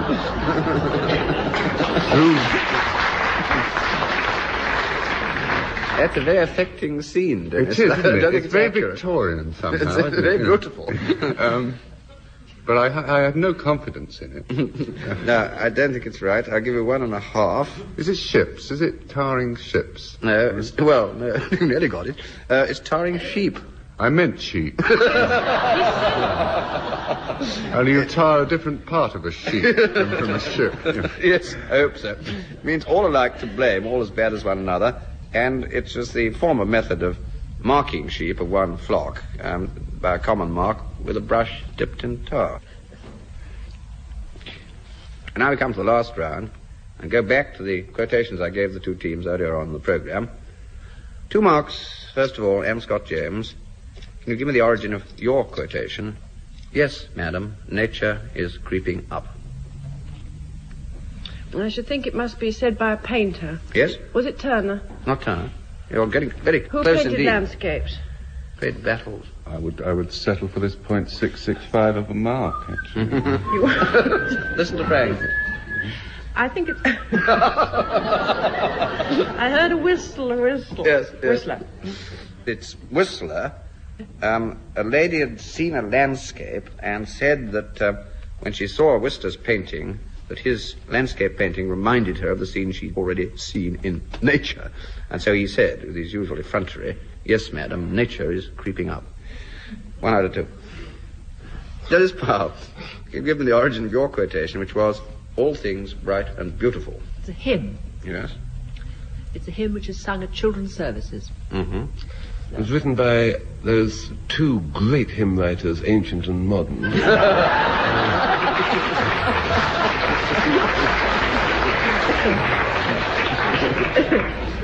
It was not. It was written by Mr. C.F. Alexander. And now I shall ask Denis and Frank to tell me their explanations of how these quotations came into being, and on this occasion the marks will go to whichever unlikely explanation receives the longer amount of applause from the audience here in the theatre. So back first of all to Denis Norden with his quotation, "Yes, madam, nature is creeping up." I don't know whether any of you have ever been really matey with a lady tattooist. I had this privilege at one time. She was a terribly nice girl. It was some years ago, called Claudette. And the majority of her clients were feminine because there's something in the female mind that shrinks at the thought of a male hand dotting a Royal Army Service Corps badge anywhere in the sort of vague area covered by a stomacher. And it is about one of these lady clients that she had that I want to tell you. This girl came in and she said, "Can you do a landscape?" And Claudette said, yes, of course I can. "Where do you want it?" And she said, "Well, you know, sometimes when I'm sitting on that horrible, hard, drab office chair, I wish I was sitting on a rural hillside. Now, could you arrange that so that I will be sitting on a rural hillside?" Well, Claudette perforce agreed, and she did a really lovely picture. I didn't see it. I mean, it was described to me by Claudette of a hillside with fir trees climbing up to the top of it and sheep.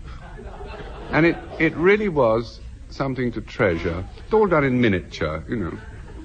Just have that little picture in mind, because I want to point out to you one of the snags of tattooing, which not many people ever think about. And that is, what happens to a tattoo when you put on weight? Because fate plays strange tricks. And this is what happened to this girl. She didn't remain marooned to this office chair for the rest of her life, because as it happened, she married a chap who was very well to do. By strange coincidence, he was a property developer. And she put on weight. She expanded in all directions. And of course, as she expanded, so did the picture expand. Now, people who put on weight will know that you don't put on weight uniformly. So this girl got rather worried. And she came back to Claudette these many years later, and she said, "I have a great problem because we're going to the south of France where they wear bikinis, and I have an idea that I won't be able to." And so Claudette took her into the changing room, and the girl came out in a bikini, and she turned round and said, "Can I wear it?" Well, one saw, immediately she turned, that just above the waistline of her trunks, the tops of the fir trees were just beginning to peep forth. So Claudette gave her the only frank answer that she could give. In answer to whether this tattoo had rendered wearing a bikini impossible, she quoted the words of Whistler and said, "Yes, madam, nature is creeping up."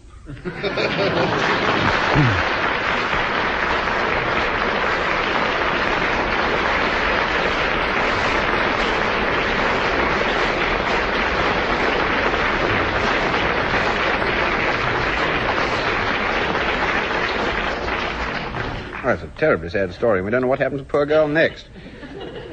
We better go on to Frank Muir. And if you'll remember, his quotation was, "All things bright and beautiful." Past worshipful Antler and your good lady, worshipful Antler and your good lady, members of the Brighton 407 Lodge of the ancient and honourable order of Watermoose.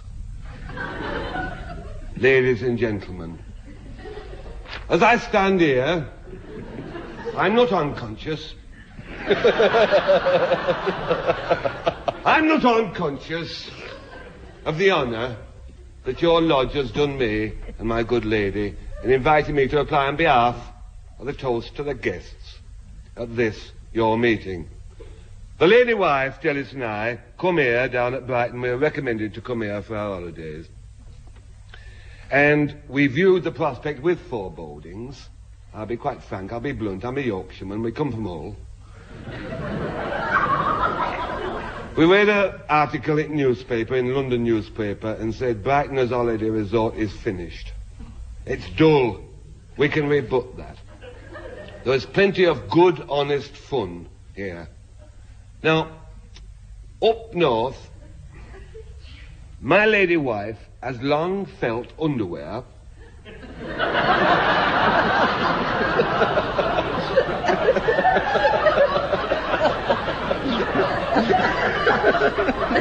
My lady wife has long felt underwear is not a subject for jokes.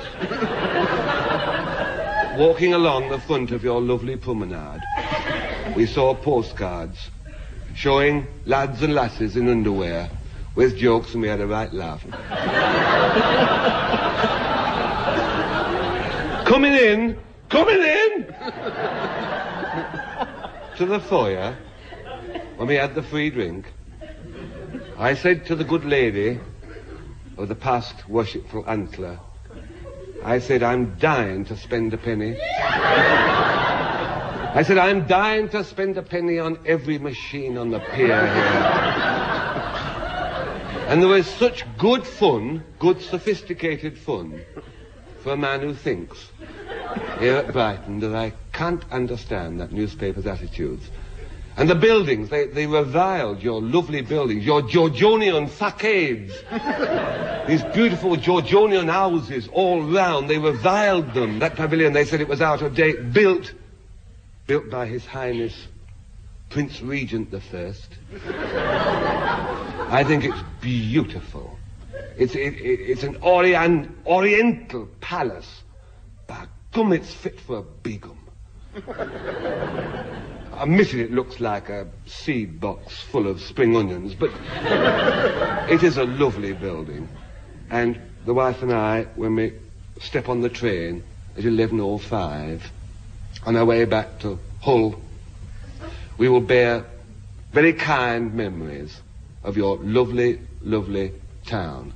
And I say to you, in conclusion, never mind what London thinks.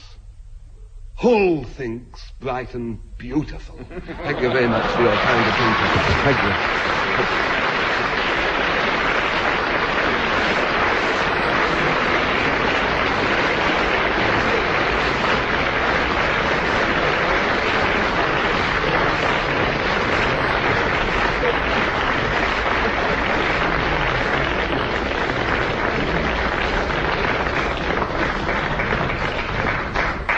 The truly terrible thing is that was all quite true. Well, by your vote, Frank gets the mark, and that by 5.5 marks, Dilys Powell and Frank Muir win from Anne Scott James and Denis Norden. And this also brings to an end this edition of My Word.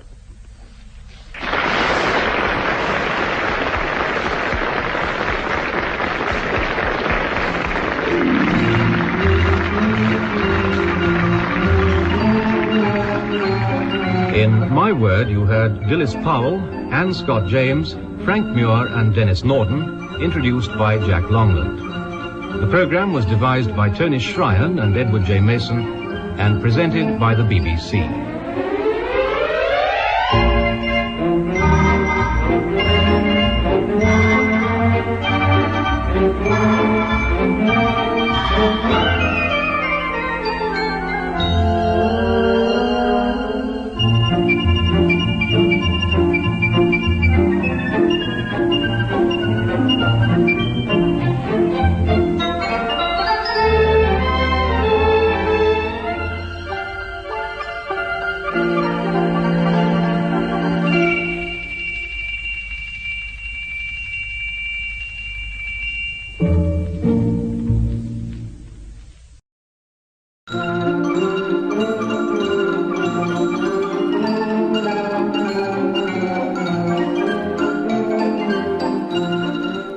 the BBC presents My Word.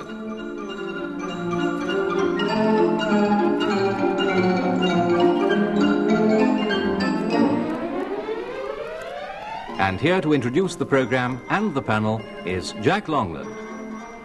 My Word is a word game played by people whose business is words, and those taking part are Anne Scott James, Dilys Powell, Denis Norden, and Frank Muir. Round one tests their vocabulary. 2 marks if they get the meanings of the following words right. Beginning with Dilys Powell. Dilys, what is pedagogy? Or some people occasionally who use this word say pedagogy. Pedagogy, pedagogy. Do they? Concerned with teaching. Yes, and how concerned with teaching? Teaching in a rather pedagogic way. You're not being very helpful. Well, a rather pedantic way.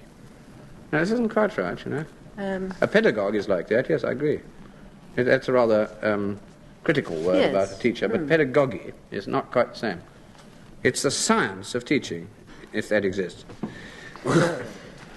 Denis Norden, the meaning of the word impasto, I-M-P-A-S-T-O, impasto.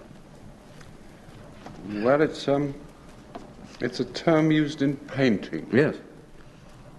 It's using dirty great dollops of paint.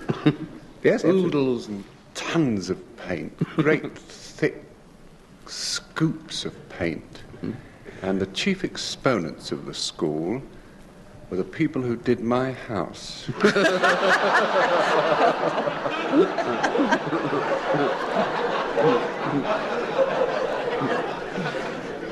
Well, Denis, I haven't seen your house since it was painted, but you're quite right, and that's 2 marks. It means laying on of colour thickly, putting it on a thick coating. So, to Anne Scott James. Anne, what is a lamia? L-A-M-I-A. Lamia. Oh, there was a very sinister poem by Keats called Yes? Lamia. It's a woman with serpentine nature, half woman, half serpent. And what's she do? Oh, she bewitches. Yes? It is a monster with the head and breast of a woman and the body and tail of a serpent who preys on human beings and sucks the blood of children. Frank Muir, what is Pursy? P-U-R-S-Y. An adjective. A rotten word. I wasn't expecting a rotten word.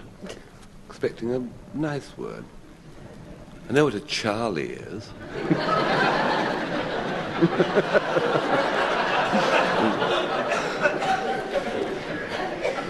But a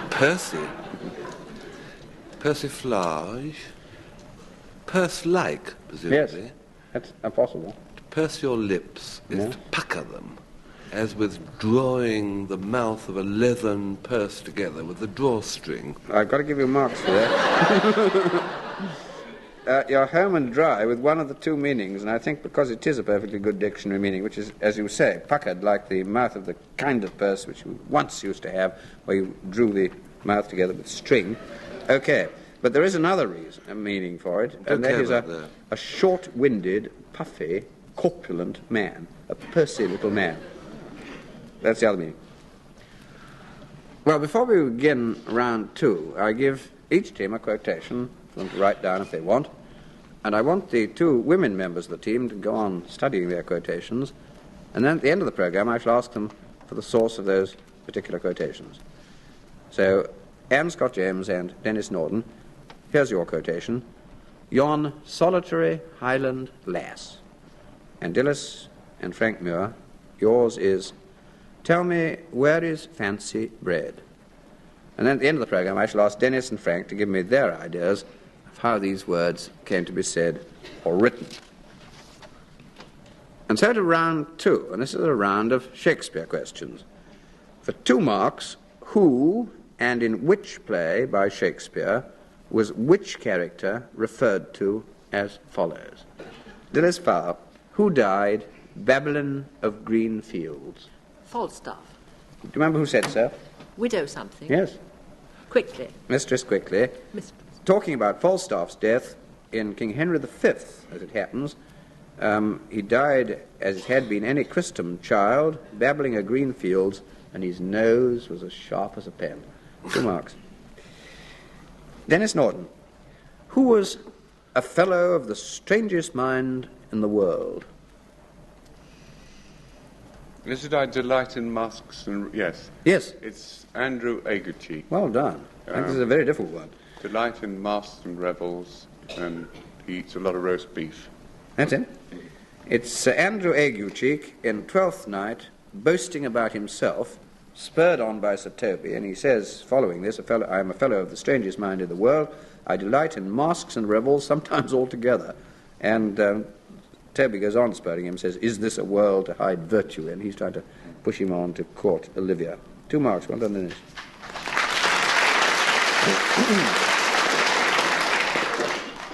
Rather different one for you, Anne Scott James.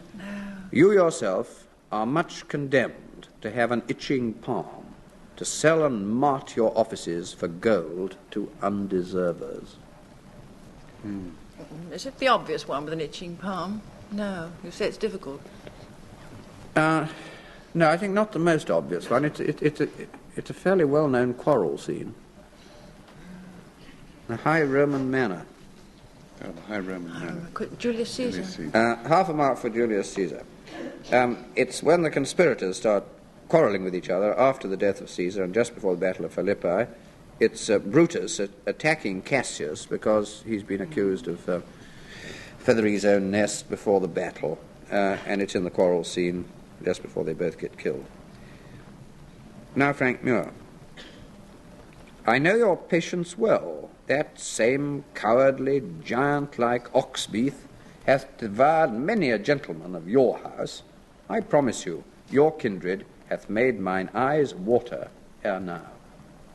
Bottom? Yes. Oh, it's A Midsummer Night's Dream. Yes. Jack, 1 mark. By William Shakespeare, 2 marks.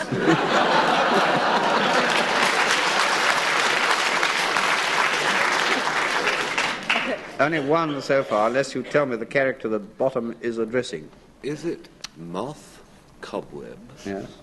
Peace Blossom, or Mustard Seed? And you're dead right. It's one of Titania's attendant fairies in the Midsummer Night's Dream, after Bottom has had this ass's head put over his ears, and they're fanning him, and when he meets Mustard Seed, this is what he says in this rather ponderous, jocular manner. 2 marks. Well, the next round is poetry and verse. I give each member of each team a quotation and ask them for the following line or lines. They get 2 marks if they can complete the quotation, and 2 more for correctly naming its source. Beginning again with Dilys Powell. She found me roots of relish sweet, and honey wild, and manna dew, and sure in language strange, she said. That's your supper, and so to bed.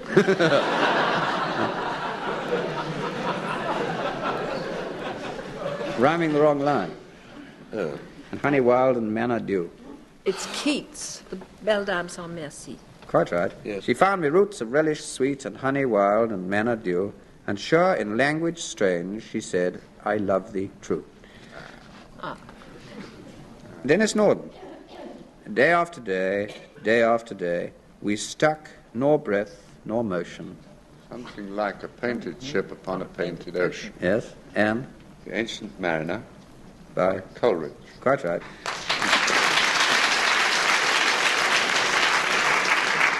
Day after day, we stuck nor breath nor motion, as idle as a painted ship upon a painted ocean. Coleridge's Ancient Mariner, just about the point when they said water, water everywhere, nor any drop to drink.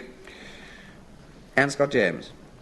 She lived unknown, and few could know when Lucy ceased to be, but she is in her grave, and oh... The difference to me. Yes? Lucy Gray. No, Not quite. It's not called that. Something Not like that, that. isn't it? It's... What is it called? She dwelt among untrodden ways Quite right. beside the springs of Dove, where there was something few to praise and something none Something to love. yeah. Absolutely right, it's got the whole thing. This is Wordsworth. It is about Lucy, and probably the same Lucy as Lucy Gray, which is another poem, and it's called She Dwelt Among Untrodden Ways, and it goes as you've just heard. But she is in her grave, and oh, the difference to me. Well done. Now, Frank Muir. A reeling road, a rolling road that rambles round the shire, and after him the parson ran, the sexton and the squire. A merry road, a mazy road, and such as we did tread. The night we went to Golders Green by way of Birkenhead.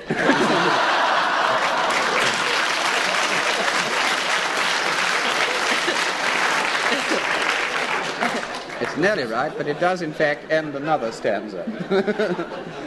This is before the Roman came to Rye or crossed a Severn Strode. Yes? The rolling English drunkard made the rolling English road. And by? Well, it's by, just by Puffer's Bar. It's by Gilbert Keith Chesterton. Yeah. And the night we went to Birmingham by way of Beachy Head. That's the one I wanted. 4 marks it is. Well done.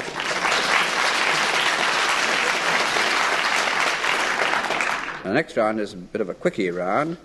In what work, by what writer, do these characters appear? Dilys Powell, Dulcinea del Toboso.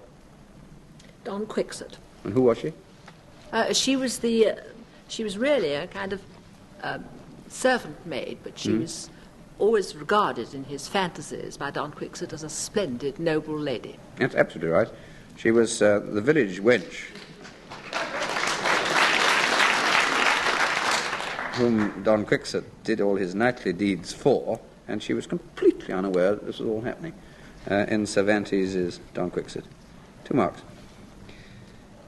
Denis Norden. Felix Leiter. Leiter. Wait a minute. L-E-I, yes. He was in Goldfinger. Yes?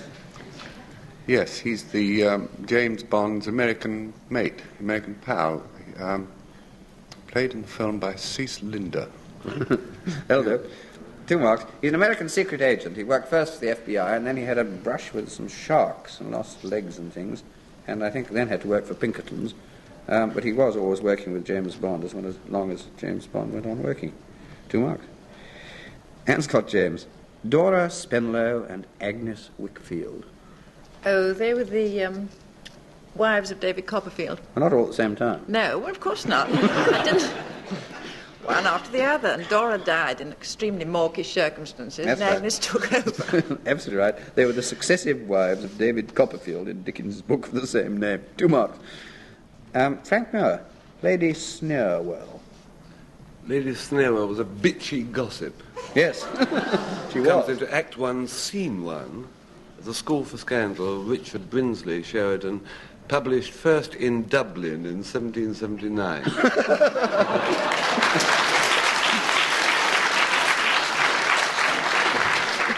Frank, if I give you a bonus mark, I would, but it's not allowed by the rules. 2 marks it is. Well, now we have, again, a quick round of what are called nouns of assembly. First of all, Dilys Powell, an assembly of nightingales. An awakening of nightingales. A half mark. It's a watch. Denis Norden, assembly of snipe. Whispered. Wisp Yes. snipe. That's A wisp of yes. snipe. Yeah. All right. Anne Scott James, monkeys. Wagon load. Thank you so much for your help. Wagon load of monkeys. This is really quite easy, this one. A troop of monkeys. It is. It's a troop of monkeys.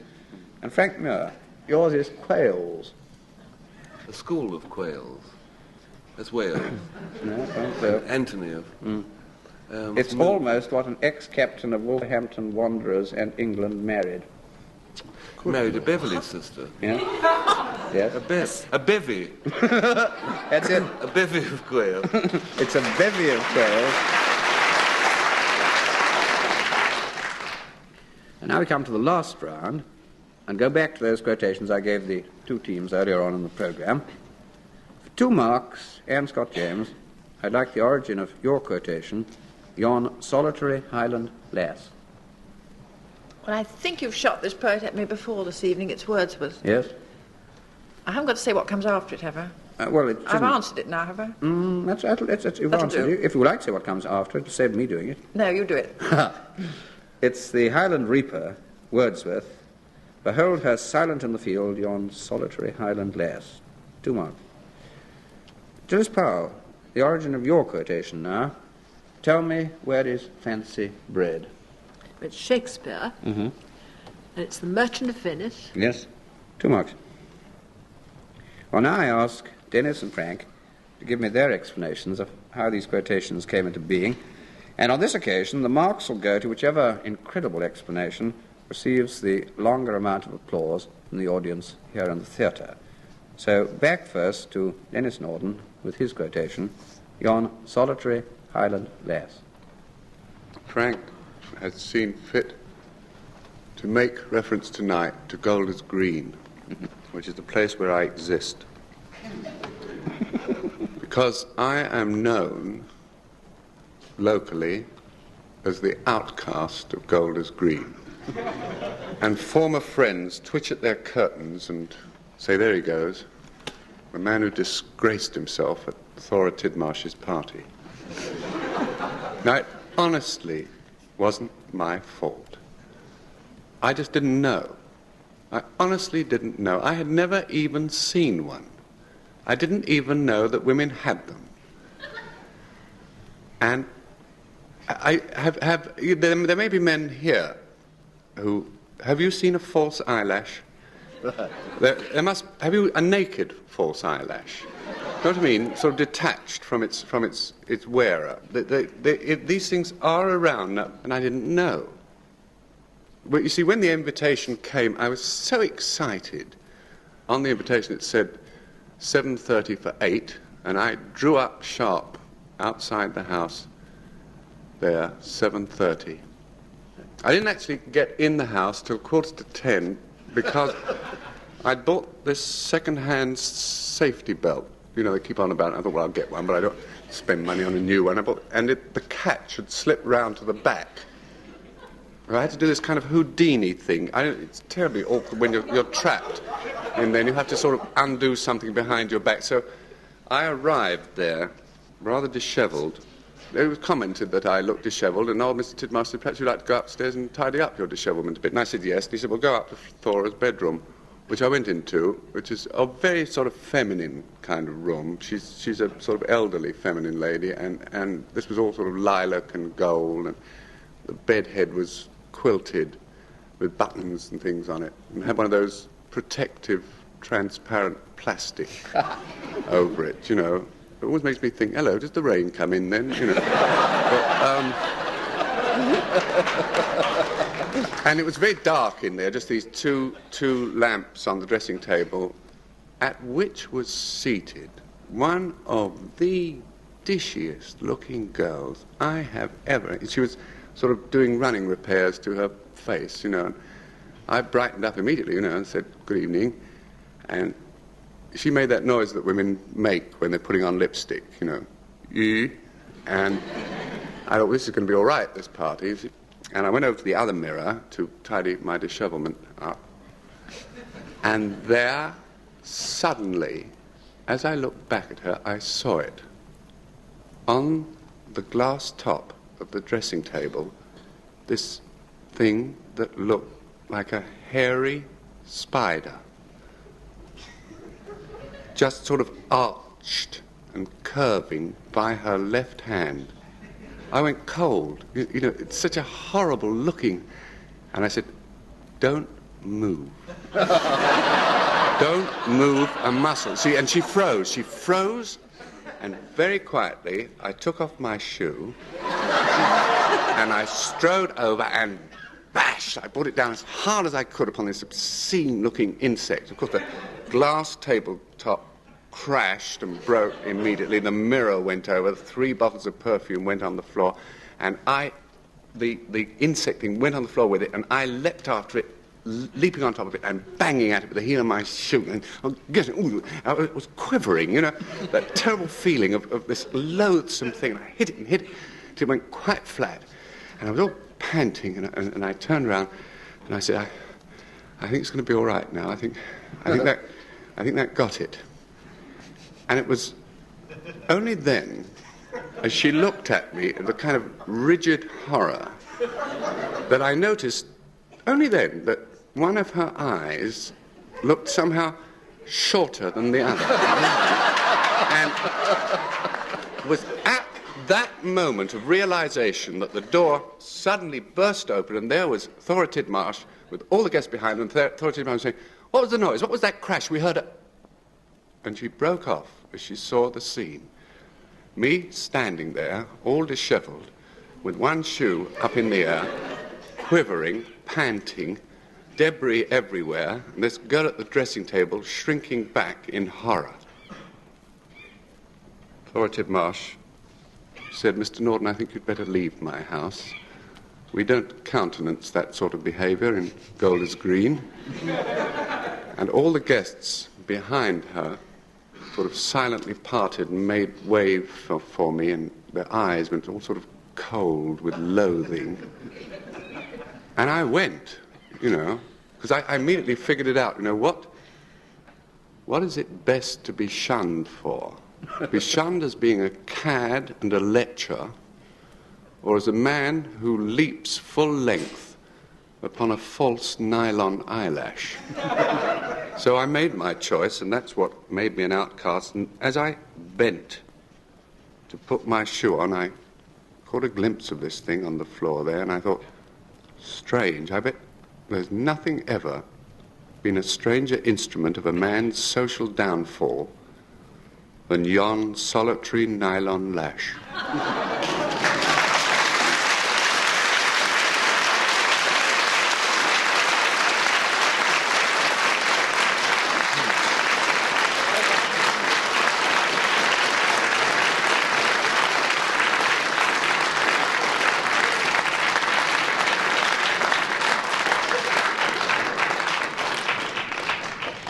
Well, I don't know about the rest of you, but I'm in tears.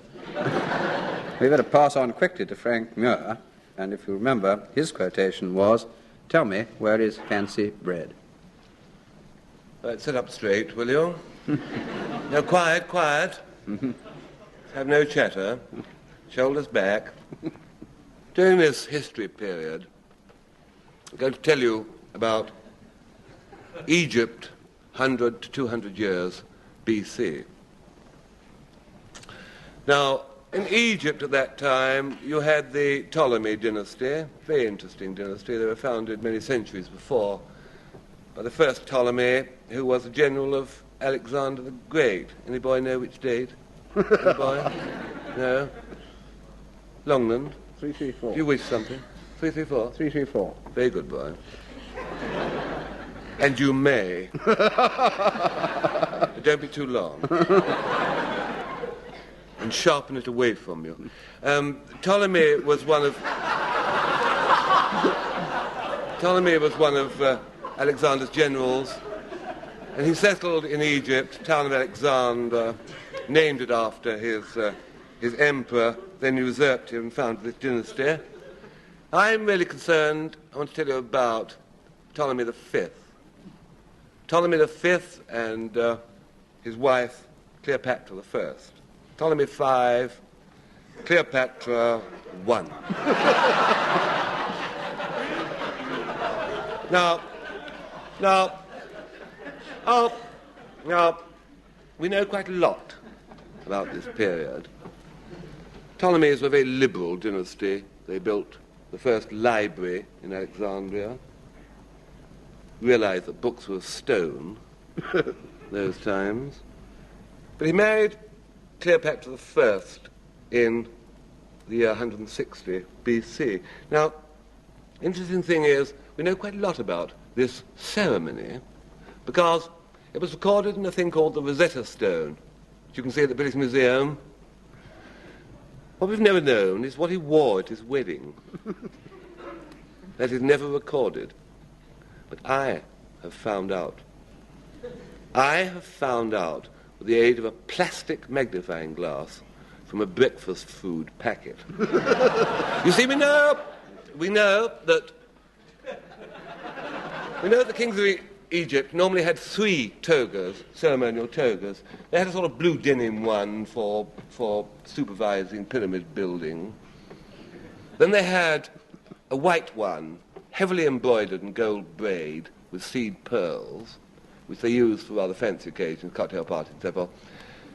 And they had, of course, for the Senate, the simple purple number Which of those did Ptolemy wear at his wedding? That we've never known. Now, I went to the British Museum, I saw the Rosetta Stone, and I discovered that on the back of it, what was taken to be merely bumps, I have discovered is actually journalese, and it describes the wedding of King Ptolemy and Cleopatra I.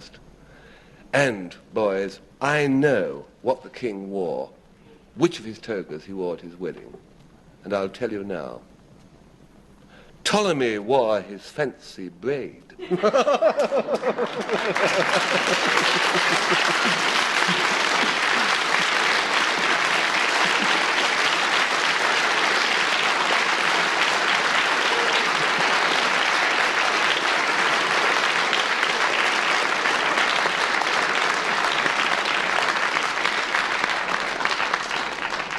Well, even H.G. Wells only dared give us an outline of history. And that brings us to a final score in which Denis wins the competition of the two stories, and to a final score in which Anne Scott James and Denis Norden win by 2.5 marks from Dilys Powell and Frank Muir, and it also brings to an end this edition of My Word.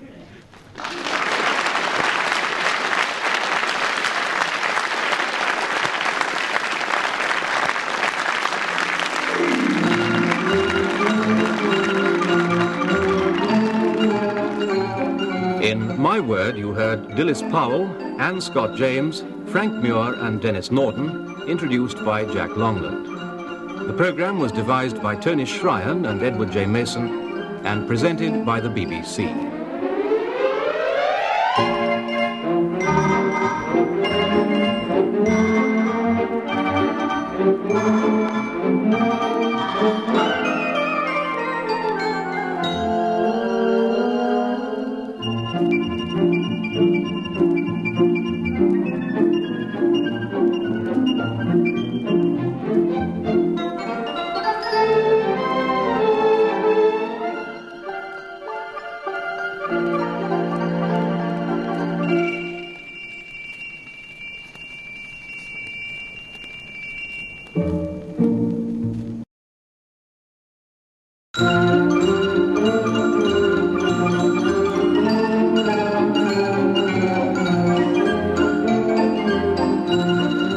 The BBC presents My Word.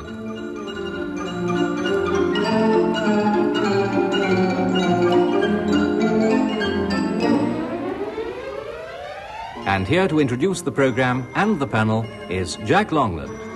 My Word is a word game played by people whose business is words, and those taking part are Dilys Powell, Anne Scott James, Frank Muir, and Denis Norden. Here's round one. Try and test their vocabulary. 2 marks if they get the meanings right. Beginning with Anne Scott James. Anne, what is a jabot? J-A-B-O-T. A jabot? Oh, it's a frilly piece of neckwear. It's now usually part of a woman's blouse, but I think it was originally a part of an 18th century gentleman's costume. And it might be a 20th century gentleman's costume, isn't Yes, now the frilly shirts come If we have frilly shirt for a man, that could be a jabot too, I think. I disapprove, though. Well, it wouldn't alter the meaning of the word. No. 2 marks. Frank Muir. Frank, the meaning of the word hebdomadal. H-E-B-D-O-M-A-D-A-L. Hebdomadal.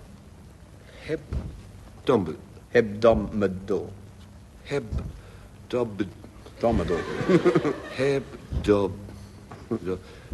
It's, oh yes, this is quite clear.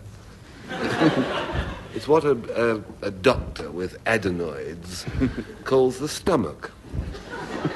You are very sensitive around the hebdomadal area. Nice, but not true. Every 7. What? It's every 7 something. Yes. Every 7th day. It's once a week. It means something that happens weekly. Once a week it is.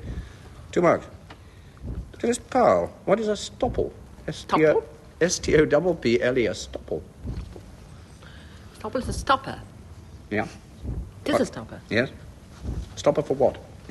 A bottle. The whole thing sounds a little drunken, but it's a real word, and it is exactly that. It's a stopper for a bottle. And it can be, you can stopple it, and you can use it as a verb too. That is, put the Stopper in the bottle, that's stoppling. 2 marks. Denis Norden, what is a dragee? D-R-A-G-E-E. I'm sorry about the French accent, but I think this is necessary. A dragee. Oh, yeah. I never called it a dragee. It's a dragee. and there's no such thing as a dragee. It's like saying a salted peanut. Yes. It doesn't exist in the singular at all. They're those little chocolate things that you always have at least 8 of. Yes. So there isn't such a thing as a dragee. I think that's jolly good, Dennis. Well, dragees are these chocolate drops or sweetmeats, so that you can cheat the unfortunate child by putting a powder or drug inside it, which is very unfair. 2 marks. Well, before we begin round 2, I give each team a quotation for them to write down, and then I want the 2 women members of the team to keep on studying their quotations, and at the end of the programme, I shall ask them where they come from. So, Anne Scott James and Denis Norden, here's your quotation. A bird in a gilded cage. And Dilys Powell and Frank Muir, yours is, you always hurt the one you love. And then at the end of the programme, I shall ask Denis and Frank to give me their ideas as to how these words came to be said or written. Well, round 2 is a quick quiz round. 2 marks if you get them right, and it's all to do with Shakespeare. Anne Scott James, the subtitle of Shakespeare's Othello. The Moor of Venice. The Moor of Venice it is.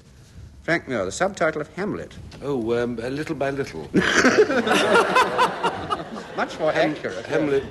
Hamlet, Prince of Denmark. Hamlet, Prince of Denmark it is. Well done, 2 marks. Dilys Powell, subtitle of Shakespeare's Cymbeline. Not As You Like It. No. I didn't do Cymbeline, did you? No, Seems never. to have done no. us. Yes, we've absolutely...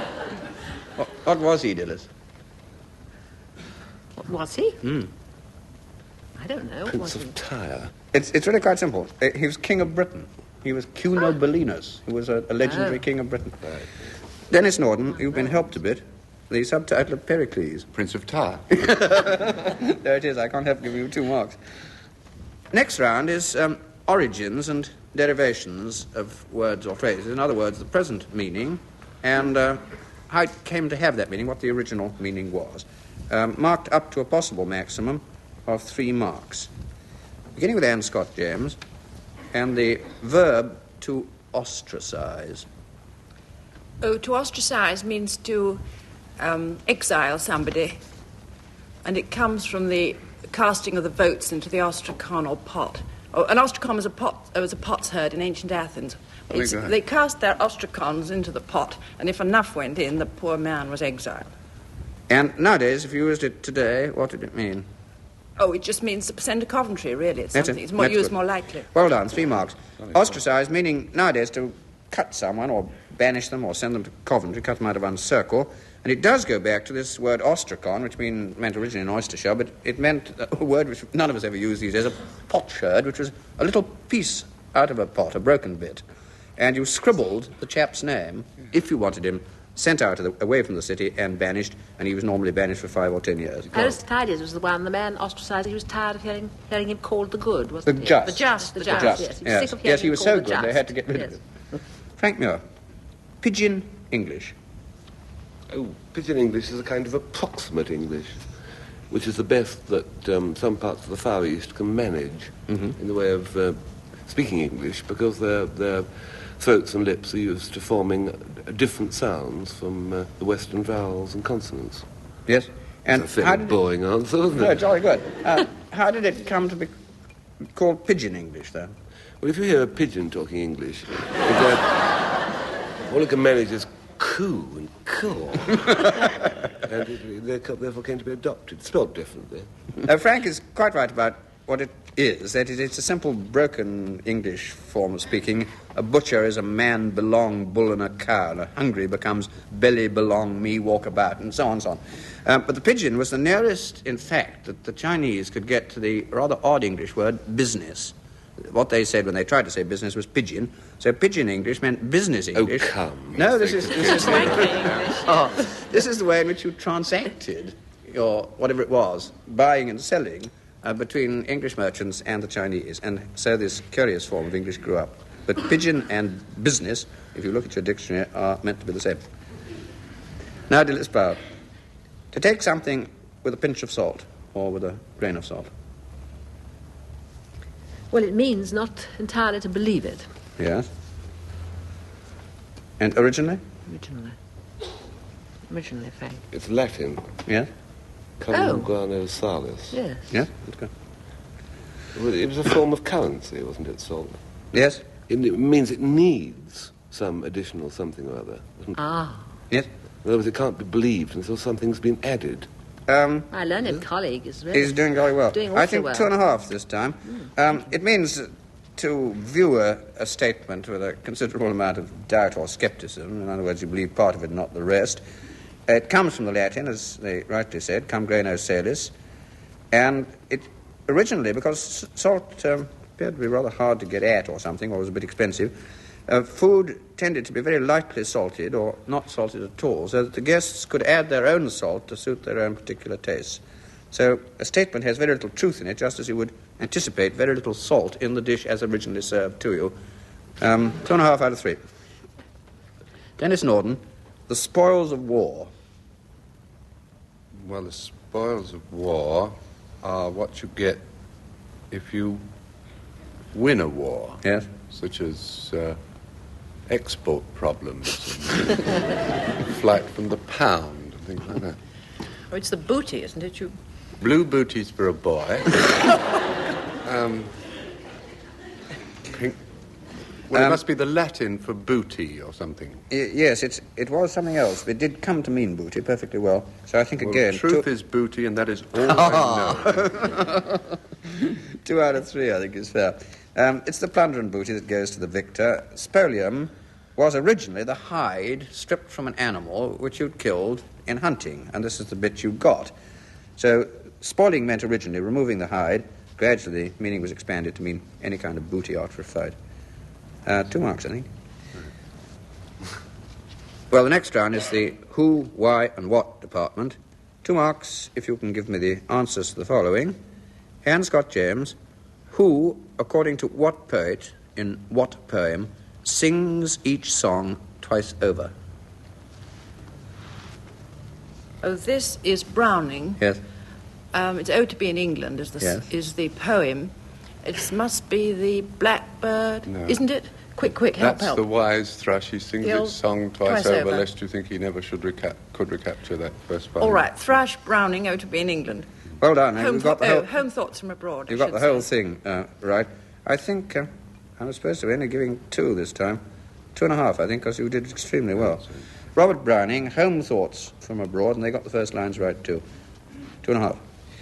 Frank Muir, demurest of the tabby kind, the pensive Selima reclined. What do you want to know? I want to know what happened to Selima, or Selima. Selima was drowned in a tub of goldfish, and it was the pet of Horace Walpole. Horace Walpole was very unlucky with pets. His Charles II spaniel was eaten by wolves when he was crossing the Alps in a diligence. Thomas Gray, who was a great friend of Walpole's, and they travelled abroad on the grand tour in his youth, wrote a poem in 1741 about this cat that died falling into a tub of goldfish. Do you want to know any more? No, I think that's absolutely smashing. I'm astonished. The interesting thing about Thomas Gray was he had a very small output, about 4 odes, 4 Pindaric odes, some Celtic pieces, a piece of Irish, the Elegy in a Country Churchyard, and most of them ended in quotations, including this one, which ends in, nor all that glisters gold. Well, that's a magnificent bit of erudition by Frank. He also should have been Poet Laureate after... on the death of Colley Cibber, but he refused. Well, definitely 3 marks out of 2. He was wanted He wanted to stay with the lads. I'm speechless. He never married. Yes, I'm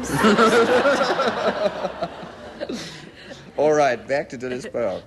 What are referred to in what poem by which poet in the following lines? They stretched in never-ending line along the margin of a bay. 10,000 saw I at a glance, tossing their heads in sprightly dance. Daffodils. By William Wordsworth. Well done. 2 marks straight away. Denis Norden.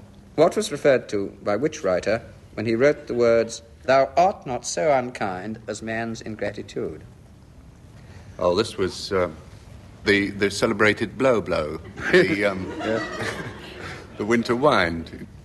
Thou art not so unkind as man's ingratitude. Yes. There's something about it. Although thy breath be rude. That's it. Yes, quite right. And do you remember which play it comes in? Comes in As You Like It. Yes. And it's said by that fellow with a name I can never remember. It's Hardy Amos or... Amiens. Amiens, that's it. One of the courtiers who was in exile in the forest with the Duke. Blow, blow, thy winter wine, thou art not so unkind as man's ingratitude. Thy tooth is not so keen, because thou art not seen, although thy breath be rude. Act 2, I think, of As You Like It. 2 marks again. Well, on the next round, it's about abbreviations which were used during the Second World War. What did the following stand for?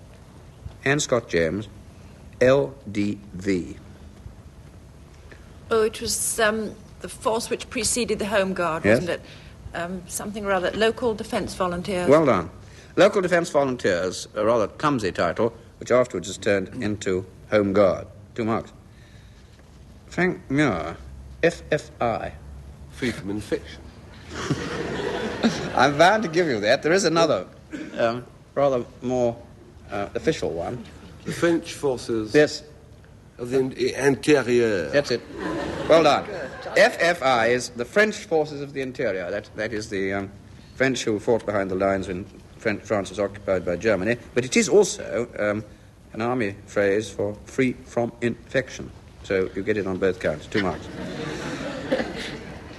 Dilys Powell, OSS. Office of Secret... So, I think special services. Special Services. Not quite. Secret... Services. It's the American... Yes, American. American sort of intelligence. They think globally. Office of Spherical services. Special... Special spheres. Of, Office of special... Not No, services. I think we can't get 1 out of 2. It's the Office of Strategic Services, which was the United States organization for gathering strategic information and for carrying out special missions in enemy territory. Denis Norden, this looks more difficult, I know that it is. Cossack, C-O-S-S-A-C. It is. It's longer. It's longer. It's longer, yes. Only the military mind could think that's short for anything. C-O-S-S-A-C. C. I know what the AC is. It's the it's the other bit. Yes? Commanding Officer, Special Squadron Ablutions Cleaners.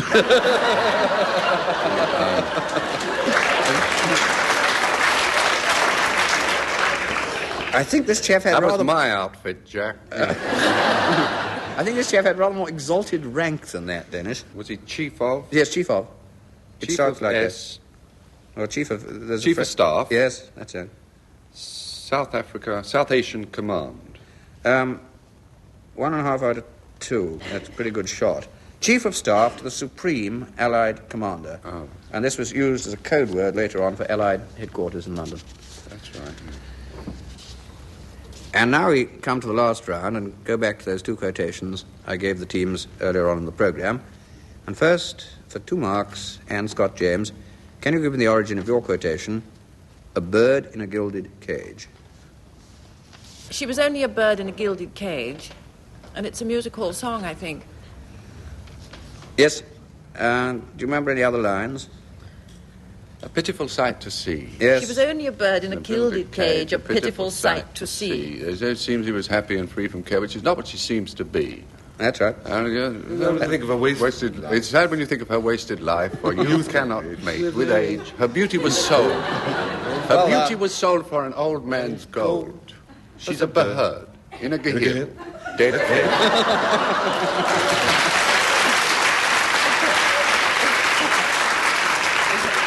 Well, you can't beat that. And then can I you? wrote, yes. It was in the year 1900, it was the beginning of the century, and it was by It was certainly not the Beatles. Yeah. Arthur Lamb, There's one of and the John music and by a Paul. chap called Harry von Tulzer, I think. Harry von Tilzer, yes. And he was the musician, and Arthur Lamb wrote the libretto. Well done. 2 marks. Now, Dilys Powell, the origin of your quotation, which was, "You always hurt the one you love." That must be a song. You were whole. A popular song. Yes? A recent song. Fairly recent. Yes, it is. Yeah. The Ink Spots. That's all right. I think it's by Doris Fisher and Alan Roberts, but it was sung by the Ink Spots, to name but a few. Well, I'm now going to ask Frank and Denis to give me their explanation of how these quotations came into being, and on this occasion the marks will go to whichever unlikely explanation receives the longer amount of applause from the audience here in the theatre. So back to Denis Norden, and if you remember, his quotation was "a bird in a gilded cage." Frank and I, and indeed every scriptwriter in this country, are members of a sort of trade union called the Writers' Guild, which is not quite as powerful as the mafia yet, but we do have our own offices in a basement in Harley Street. Everybody who comes down into these offices is struck by the decor, which is a particularly revolting shade of light brown. And they say, surely you can do better than that. And we say we could, but we keep it this colour as a memento of our early days. You see, because there wasn't always a writers' guild. At one time, writers were separate individuals in the early days of radio and television, and we were very badly treated by everybody. You would write an hour play for radio, and they would pay you 4.11. And you also had to mow the producer's hedge, take off his riding boots, and man the BBC lift during lunch hour. That's what they did to you before we had a guild. Then along came a man, a writer called Ted Willis, and he said, "Rise and throw off the yoke that the oppressors have upon your neck." And perhaps we'll get 7 and 6 for an hour's play, which we do now. And he said, the first thing to do is, if you make them respect us, we've got to have offices and headed note paper and a typewriter and a switchboard and a secretary called Lil. And we obtained all these things in these abandoned premises at Harley Street, 21 steps down. 12 physically, 9 socially, actually. And the first problem was to decorate it. We didn't have any money, so we had to decorate it ourselves, and we all had to throw in contributions towards decorating. Well, now, in those days, some of us used to get paid in kind for our work, for our writing. For example, there was a writer, an unknown writer called Edward J. Mason, who used to write a daily radio serial called The Archers and Everyday Story of Country Folk, and he got paid in farm produce. When I say farm produce, it was fertilizer, actually. It was bone meal, very dark brown bone meal, which he raised a large family on. He used to make this wonderful stew, actually, with it, and he threw 4 sacks of this in towards decorating, and Frank and I, we were paid in kind. We were working for another unknown comedian called Jimmy Edwards, and he used to give us bottles of anything he didn't care to drink. So we had these 3,800 bottles of milk. So we threw in 28 bottles of milk, and that was what we used for decorating. The bottles of the sacks of dark brown bone meal, and these bottles of milk, which were rather aged, actually, and curdled. And if you mix together, I don't know if you know this, dark brown bone meal and curdled milk, you do come up with this rather striking beige colour, which, as I say, revolts everybody who sees it. But we keep it that way because it reminds us of the fight that we have been through. And what we say is, let other unions be splendid in gilt or magnificent in purple, but we're a guild in a curdled beige.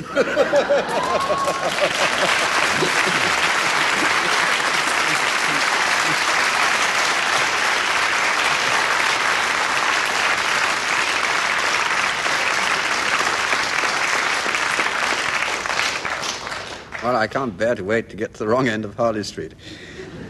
And now we go on to Frank Muir, and if you remember, his quotation was, "You always hurt the one you love." You always hurt the one you love. How terribly true that is. How terribly, terribly, terribly true. I've got an aunt I love, and I always hurt her because she lives in Australia, and I never seem to get round to writing to her. And now it's a year since I've written to Aunt Rose in Australia, and I do love her for a very special reason, because she's my fan. Lots of people listen to this program in Australia, but Aunt Rose has heard every one of them. And she wrote to me and she said, "I've listened to you very carefully on my word, and almost all the time you use old jokes and things you've said before, but always in each program there's a little laugh that we haven't heard before." And she's seen that, she's spotted it, and that's why I love Aunt Rose. But this terrible thing, when one sits down at home after a day's work, you know, the mind is willing, the flesh is willing, I hold the pen, and suddenly the hand atrophies, and I can't sort of start. So I thought tonight, with the producer's permission, I'd just write a sort of verbal letter to Aunt Rose. Annersthorpe, Egham, Surrey. Date, no mind the date. Dearest Aunt Rose, well, it's been a terribly busy year, and lots has happened. Last June, did I tell you when Polly got her zip stuck? She was climbing into a dress and asked me to help her, and it was tweed, and the zip got stuck, and I bent down to look at it, and I whisked the zip up, and it suddenly freed, and I got my moustache caught in her zip.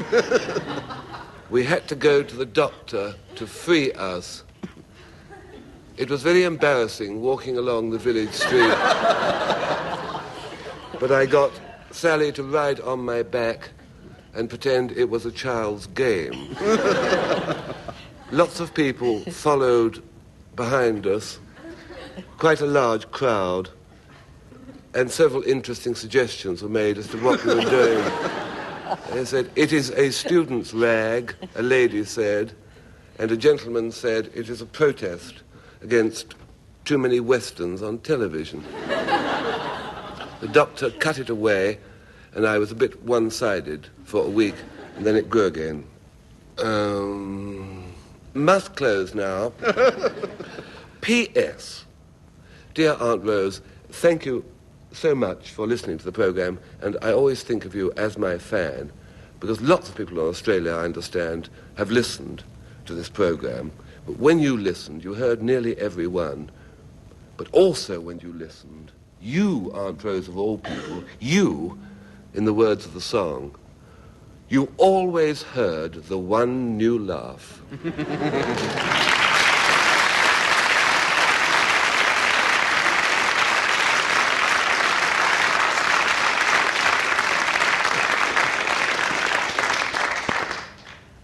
Well, by your vote, Denis Norden just wins the contest of the two stories, and it brings us to a final score in which he and Anne Scott James win by 1.5 marks from Dilys Powell and Frank Muir, and that also brings to an end this edition of My Word.